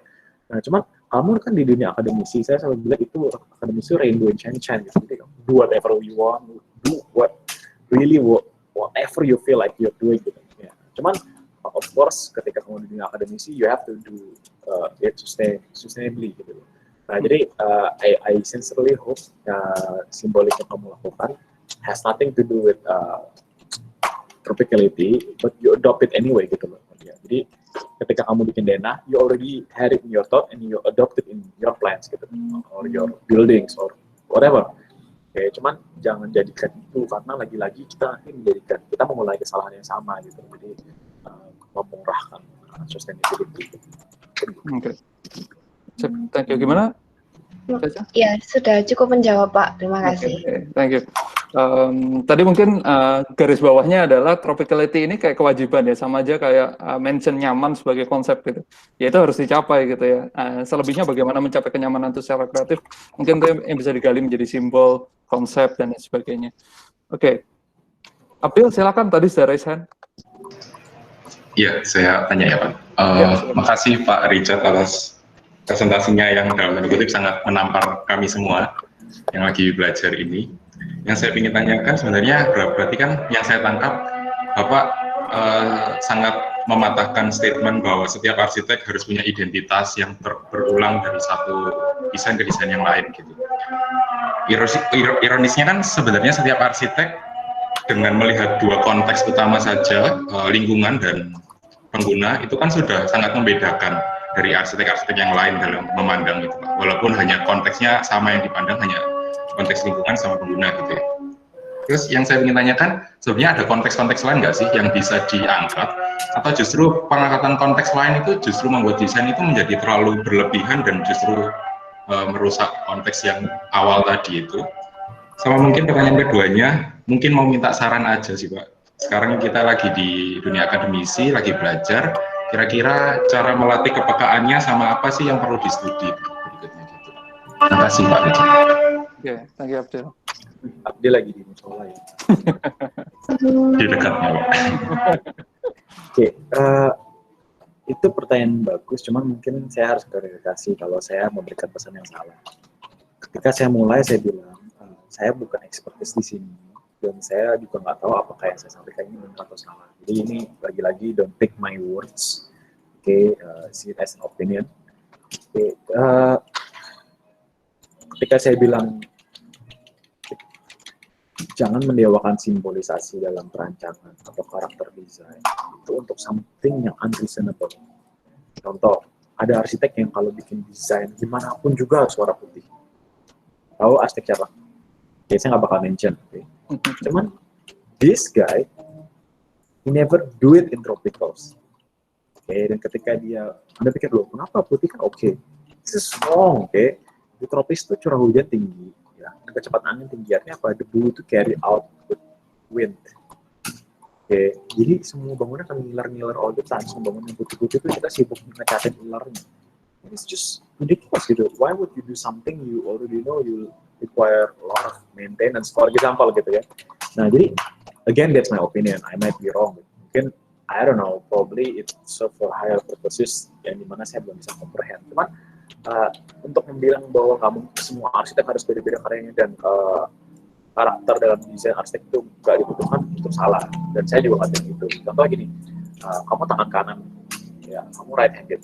Mau kamu paksa tulis pakai tangan kiri, kamu pasti akan balik ke tangan kanan. Nah, kamu ikat tangan kanan kamu di belakang, terus kamu berlatih semua pakai tangan kiri kamu. Oke, tangan kiri kamu master banget ya. Tapi ketika ada life and death situation, ya, udah bukan awareness lagi yang bicara. Kamu pasti menggunakan tangan kanan kamu, artinya sih. Itu artinya udah naturally embedded into you gitu. Dan itu juga nanti akan same things applied with design gitu. Jadi yang Abdil banget pasti akan beda banget dengan Pak Regi banget sama tadi misalnya Jessica banget gitu sih. Dan itu meskipun konteksnya beda-beda, tapi akan ada kelihatan gitu loh, oh desainnya Abdil tuh kayak gini. Bukan karena Abdil necessarily want to narcissistically showing it gitu, because what Abdil thought was the truth is there gitu loh. Jadi you keep doing it gitu. Why change something that is not broken kan? Like gitu. Jadi don't get me wrong ya, bukan jangan kamu pakai satu yang penting is right atau karakter kamu, bukan, cuman jangan lakuin itu to justify your ego gitu, strong. Jadi ada beberapa arsitek yang mulai karirnya udah terlanjur melintir, terus buat sesuatu yang lurus kayak dosa gitu, jadi harus melintir forever gitu. Because if you really want to break it down, they don't have to. Sometimes they do gitu, cuman it's just like a symbol gitu, itu udah jadi ke pure symbolic characterize gitu yang saya rasa mungkin sebaiknya jangan terlalu diikutin gitu. Mudah-mudahan itu menjawab ya. Terus untuk konteks di luar konteks itu banyak banget ya. Cuman apa ya? You have to understand. You will understand ketika kamu punya klien. Konteks terbesar adalah klien. Dasar gitu, karakter klien, keinginan klien, budget klien, dan dari situ everything is open up, neighbor, and then like apa yang benar-benar bisa benefiting, yang paling penting prospek, untung rugi, ya kan, traffic. Gitu. Jadi kamu belum masuk arsitektur dari kacamata komersial, dari kacamata bisnis, break even point, jadi berapa lama bangunan itu harus balik lagi investasinya dan compounding untuk dapat capital gain dan segala macam. Jadi dari semua knowledge ini bisa membuat teman kamu justru kreatif banget, tapi most important profitable. Jadi ada beberapa arsitek yang bikin bangunan memang masterpiece banget, cuman you and me alone knows bahwa itu bangunan sampai the next 20 years nggak bakal BEP. So what's the point? Ya kan? Orang-orang mengagungkan itu, oh itu masterpiece. Okay, but then like it's never gonna be break even gitu. Karena bisnis it's a bad investment. Jadi cuma kayak bikin sculpture, public display of kayak gede-gedean kelamin aja gitu. Ngapain gitu? Dan the thing is, when that happens, orang kan mikir siapa yang bisa bangun? problem cuma orang yang nyuci uang doang, yang nggak butuh itu untuk balik kan. There's no other reason. Nah, jadi sometimes you gotta be careful with this kind of things. Terus kedua, gimana cara melatih sensitivitas ya paling gampang sayembara. Saya nggak pernah capek untuk preach sayembara karena kalian kan semester 6 ya gitu. Kalian pernah ngitung nggak sih sampai kalian lulus itu berapa kali kalian mendesain? Kalau saya nggak salah mungkin sekitar 9 kali itu. Ya mungkin Abdul genius atau kayaknya Roland anak emasnya. Kayak misalnya Roland 99-nya A, it doesn't make you a good architect, I guess. I might be wrong.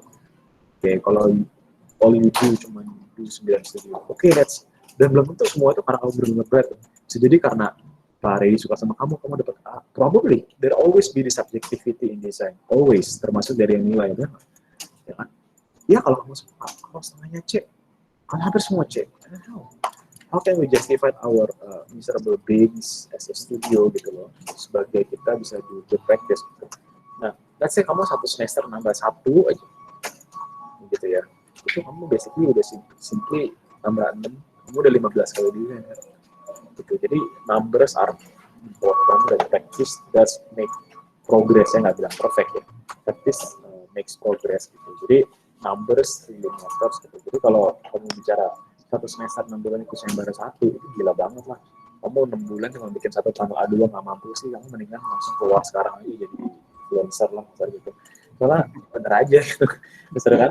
Let's say kamu satu semester ikut 3 sayembara itu 2 bulan satu sayembara, it's nothing gitu. Kalau kamu berdua sama temenmu, bertiga terus sampai 3 panel, kamu literally 2 bulan cuma bikin satu panel. You cannot do it. Give up in architecture. Seriously gitu. Dasarnya. Because life is harder than that gitu istilahnya. Ya, jadi bayangin kalau kamu satu semester ikut 3 sayembara aja, ya kamu lulus tuh kamu udah 27 kali desain. Dan ketika dia tanya-tanya gimana caranya saya melatih sensitivitas, nggak usah ditanya, kamu desain 27 kali sama kamu desain 9 kali, of course you will evolve 3 times more gitu loh istilahnya. Tanpa harus kayak terlalu sibuk kayak ini akan melatih saya atau enggak. It's a waste of time gitu. Jadi tambah aja numbers-nya, practice-nya gitu. Kalau lagi seperti sayembara nih, itu excuse, tinggal teleponnya pada di Paredi, ada job nggak? Yuk, saya bantuin gitu. Udah, itu udah practice. Gitu. Jadi, literally add the numbers and for sure do a long internship. Gitu. Saya selalu preaching ini karena saya selalu bilang masa-masa intern itu masa-masa kamu jadi Tuhan. Jadi artinya apa? Seriously, gitu. Kamu entitled untuk bisa mendesain, ya di tempat yang tepat kamu boleh desain. Tapi kamu nggak bisa salah. Kalau kamu salah, ya salah sendiri, kamu kasih anak intern. Salah kamu gitu loh artinya. Ya internnya salah, namanya intern. Gitu. Kamu bisa belajar sebanyak-banyaknya, salah nggak dimarahin, nggak ditegur, nggak ditampar, nggak diteriakin gitu. The best. Klien juga nggak akan marah sama kamu, ya kan? And then kamu sayembara, kamu menang lawan arsitek, wow keren. Tapi menang, wow ngalahin. Paredi ngalahin. Whatever lah, ada whatever. Oke, tapi kalau kamu kalah, iyalah, saya masih mahasiswa kok. Kalian kan pintar, makanya jadi dosen, wajar dia menang. Karena ya, literally ketika kamu intern, kamu expose sama dunia praktek, tapi kamu setengahnya masih mahasiswa gitu. Jadi 2 kaki. Jadi literally kamu bisa belajar banyak, tapi kamu gak perlu tanggung konsekuensinya gitu. Jadi kalau kamu tanya, gimana caranya mundur setahun kamu lulus, kamu magang. Kenapa? Karena gini, kamu lulus sekarang, kamu pikir what will happen when you graduated gitu loh. Your burden right now. Sekarang kamu diploma, ya, Bachelor of Architecture. Apalagi ada berapa yang langsung master. Waduh, itu berat banget loh. Saya nggak kebayang saya lulus Master of Architecture. Kamu master loh. Masternya dari arsitektur. Tiba-tiba tangan kamu benerin atap, kamu nggak tahu cara gambar detail. Jadi lebih lagi funny joke gitu ya. Gue pikir lo master, tapi lo nggak bisa benerin pagar gue gitu. Lebih funny gitu. Jadi satu sayembara for sure. Kedua adalah deep deliberate internship. Artinya apa? Jangan harus deliberate gitu. Jadi kamu internshipnya jangan cuma SOP, tapi kamu pursue hard things. Tapi tetap 2 kaki gitu. It's gonna help you a lot. Oke. Thank you Richard. Rasanya yang bertanya tadi benar yang benar ikut sayembara rajin juga ya sebenarnya. Abdul, terpuaskankah dengan jawabannya? Sangat puas Pak, makasih Pak. Thank you. Oke, mendekati waktu akhir ini, kalau masih ada satu pertanyaan lagi mungkin silakan sebelum nanti kita tutup dan kita dokumentasi ya untuk acara ini. Ya, Felicia Darmanto, silakan. Oke, halo Pak Richard, makasih banget buat kuliahnya, sangat mind blowing, open minded banget. Terus kayak saya ada pertanyaan, tertarik sama pendekatannya Pak Richard tadi ya, selama mendesain itu kan selalu kayak selalu meng-apply tropicality ya, passive design gitu lah. Terus how hard is it to educate client? Kayak apakah bagaimana tantangannya selama ini untuk mengedukasi, untuk berhasil membangun apa yang gimana ya, how to Communicate gitu mungkin ya, komunikasikannya ke klien gimana? Setuju gitu dengan kayak desain-desainnya yang out of the box gitu, kayak gitu. Oke, justifikasi mungkin di mana gitu ya? Mungkin latihan buat teman-teman ini communicate dari desain to tutor, to dosen dan sebagainya. Silakan Richard. Felicia, kalau saya ngerasa hati-hati sama pertanyaan kamu. Kenapa? Ya, ketika kamu memberikan pertanyaan ini, berarti ini berangkat dari insekuritas bahwa atau sebuah paradigma bahwa general client atau klien Surabaya misalnya gitu, for example, it's very hard to educate. Ya kan? Well, you're not wrong, okay? Ada reason kenapa saya sampai hari ini nggak jadi punya di Surabaya. You're not wrong. Cuman gini, balik lagi saya bilang, architecture is a bad business. Tapi ada satu hal yang sangat enak di arsitek adalah, kamu itu mimpi, kamu bermimpi, terus kamu dibayar. Gitu. Ya, jangan lupain itu. Gitu. Nah sekarang bayangin, kamu bermimpi, mimpi kamu dibatasin gitu. Wah nggak boleh, jangan mimpi kayak gitu. Nah kamu jadi dokter dong, istilah gitu. Jadi nah ini enak banget nih, mumpung kamu baru lulus gitu. Jangan biarkan idealisme padam, atau jangan ngerjain proyek yang bikin padam idealisme kamu. Atau jangan kerja di tempat-tempat yang nggak punya sense of dream. Gitu loh. Jadi pertanyaannya akan beda banget jawabannya tergantung gimana kamu menempatkan diri kamu sekarang atau habis ini gitu. Jadi mungkin kamu pikir ini nggak menjawab pertanyaan saya. Pertanyaan saya gimana caranya kamu mengeducate klien. Oke, first of all, who the fuck you think you are? Oke, sekarang ini joke banget gini ya. Semua di kantor kita muda banget, hampir semuanya nggak ada yang 30, nggak ada yang 30 tahun. Dan sampai hari ini saya nggak pernah pergi ke ruang meeting, ada orang lain yang lebih muda daripada kita. It's a joke really, karena proyek-proyek kita komersial bukan residential. Dan what makes you think they want to listen to the kids? Kayak gitu ya, kayak bahkan banyak banget yang bilang, lu bahkan nggak lebih tua daripada cucu gue gitu. Why should I freaking listen to you gitu? Why? Jadi ya, kalau kamu nggak, jadi bukan masalah educate the client tentang atau convince the client tentang desain ini. In the first place, how can you be an architect that young? Okay, that's a bigger problem. Jadi bukan masalah gimana cara lo bisa convince dia desain gitu, gimana cara lo dapet job. Okay, you're freaking kids right now, as we all are gitu ya, saya gitu. Not to undermine. Maksud saya adalah kenapa saya ngomong gini gitu? You have to be ready for rejection, okay, which will be a lot, especially for you and us as a younger architect gitu ya. Oke, sekarang yang arsitek itu diluted lah, arsitek 40 juga nggak punya yang kayak whatever lah. Kita berarti toddler arsitek whatever. Oke, nah cuman yang saya berusaha bilang adalah jangan sombong pasal gitu. Jadi ketika kita jadi arsitek yang besar tuh convince klien. Kenapa? Karena kita kurang experience, tapi kamu jangan malu karena experience sama umur itu nggak sama. Ini ya rumus buat kamu ya untuk kamu menambah confidence. Experience itu adalah time multiplied by deliberate practice. Jadi kamu harus waktu kamu dikalikan dengan berapa banyak kamu deliberate practice. Kayak kamu tadi kuliah, ya kamu kuliah tanpa deliberate practice kamu cuma selesai aja 9 desain. Tapi kalau kamu ngotot, belajar yang ngotot banget dalam waktu yang gue punya, gue harus apapun yang terjadi, gue harus belajar maksimal. Let's say kamu 2 bulan sekali lah ke sana, itu nothing gitu. Kamu akan lulus 27 kali di desain. Itu experience. Ya, lulus 9 kali dengan desain 9 kali itu bukan experience. Itu growing with time. Itu growing old, bukan growing up. Nanti ya, itu beda. Nah, jadi yang bisa kamu lakukan adalah apa? Kayak ayam sama telur tadi, how to convince client. You have to generally understand that design is works. ya it's working gitu loh. Kamu nggak convince orang sesuatu yang kamu nggak mau kamu pakai sendiri gitu. Definitely kamu nggak bisa jual gitu. Dan the rest adalah saya nggak bisa jelasin. Itu benar-benar salesmanship gitu. Jadi ketika kamu belum punya portofolio terbangun, but then you have to convince people to do something that is not common. Hati-hati ya. Saya nggak bilang karya kita out of the box. Karya kita impact di dunia masih debu banget. Saya juga malu, impact harus prestasi ini sama kamu. It's better than nothing gitu. Jadi hati-hati ketika kamu udah mendivide apa itu box, apa itu yang out of the box. Kalau kamu bilang karya radar out of the box, well, kamu akan oke lah gue settle for the box lah. Oke, I mean set the box bigger, oke, pasar gitu. Dan ketika kamu present atau tell them, you tell them the truth. Gitu. Kamu genuinely berpikir itu benar, kamu genuinely berpikir itu yang terbaik buat mereka, and they will know gitu. Oke, mungkin 9 of 10 will reject you, but that's life gitu. Gitu. Jadi I mean jangan terlalu worried about that part lah. Gitu. Worried about doing good design, and then worried about how to be a good salesman. Gitu. Jadi orang bilang arsitek tuh bukan salesman, tell them you're wrong. Kamu ngejual gambar, oke?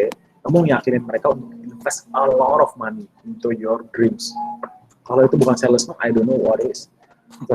Kalau mobil, salesman mobil, barangnya udah ada, oke?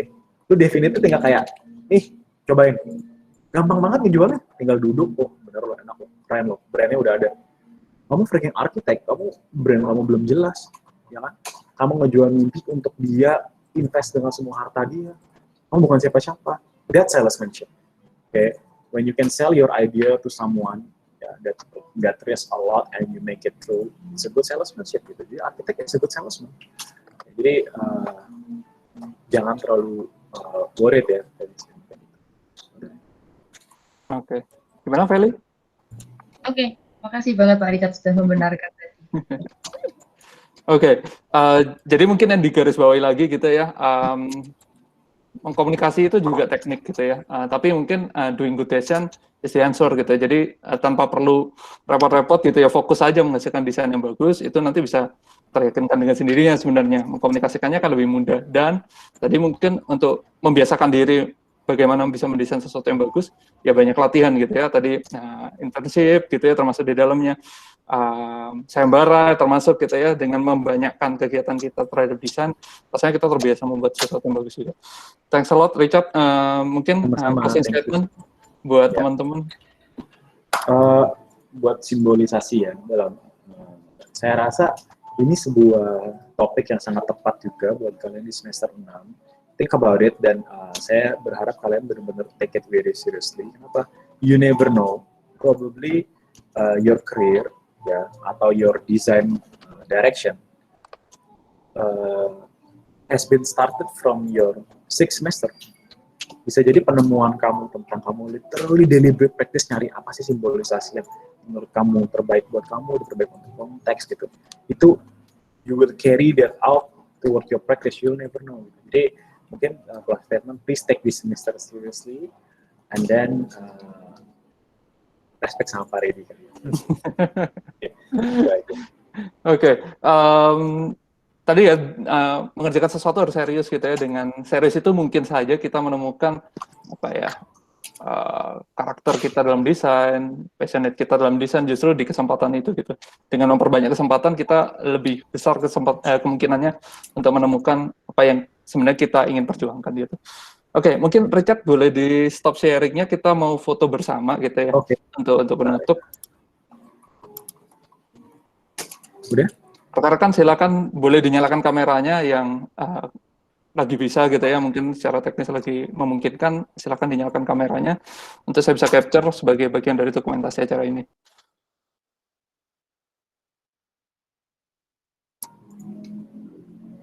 Oke, sambil menunggu. Oke, akan saya capture ya. 3, 2, 1. Sekali lagi, 3, 2, 1.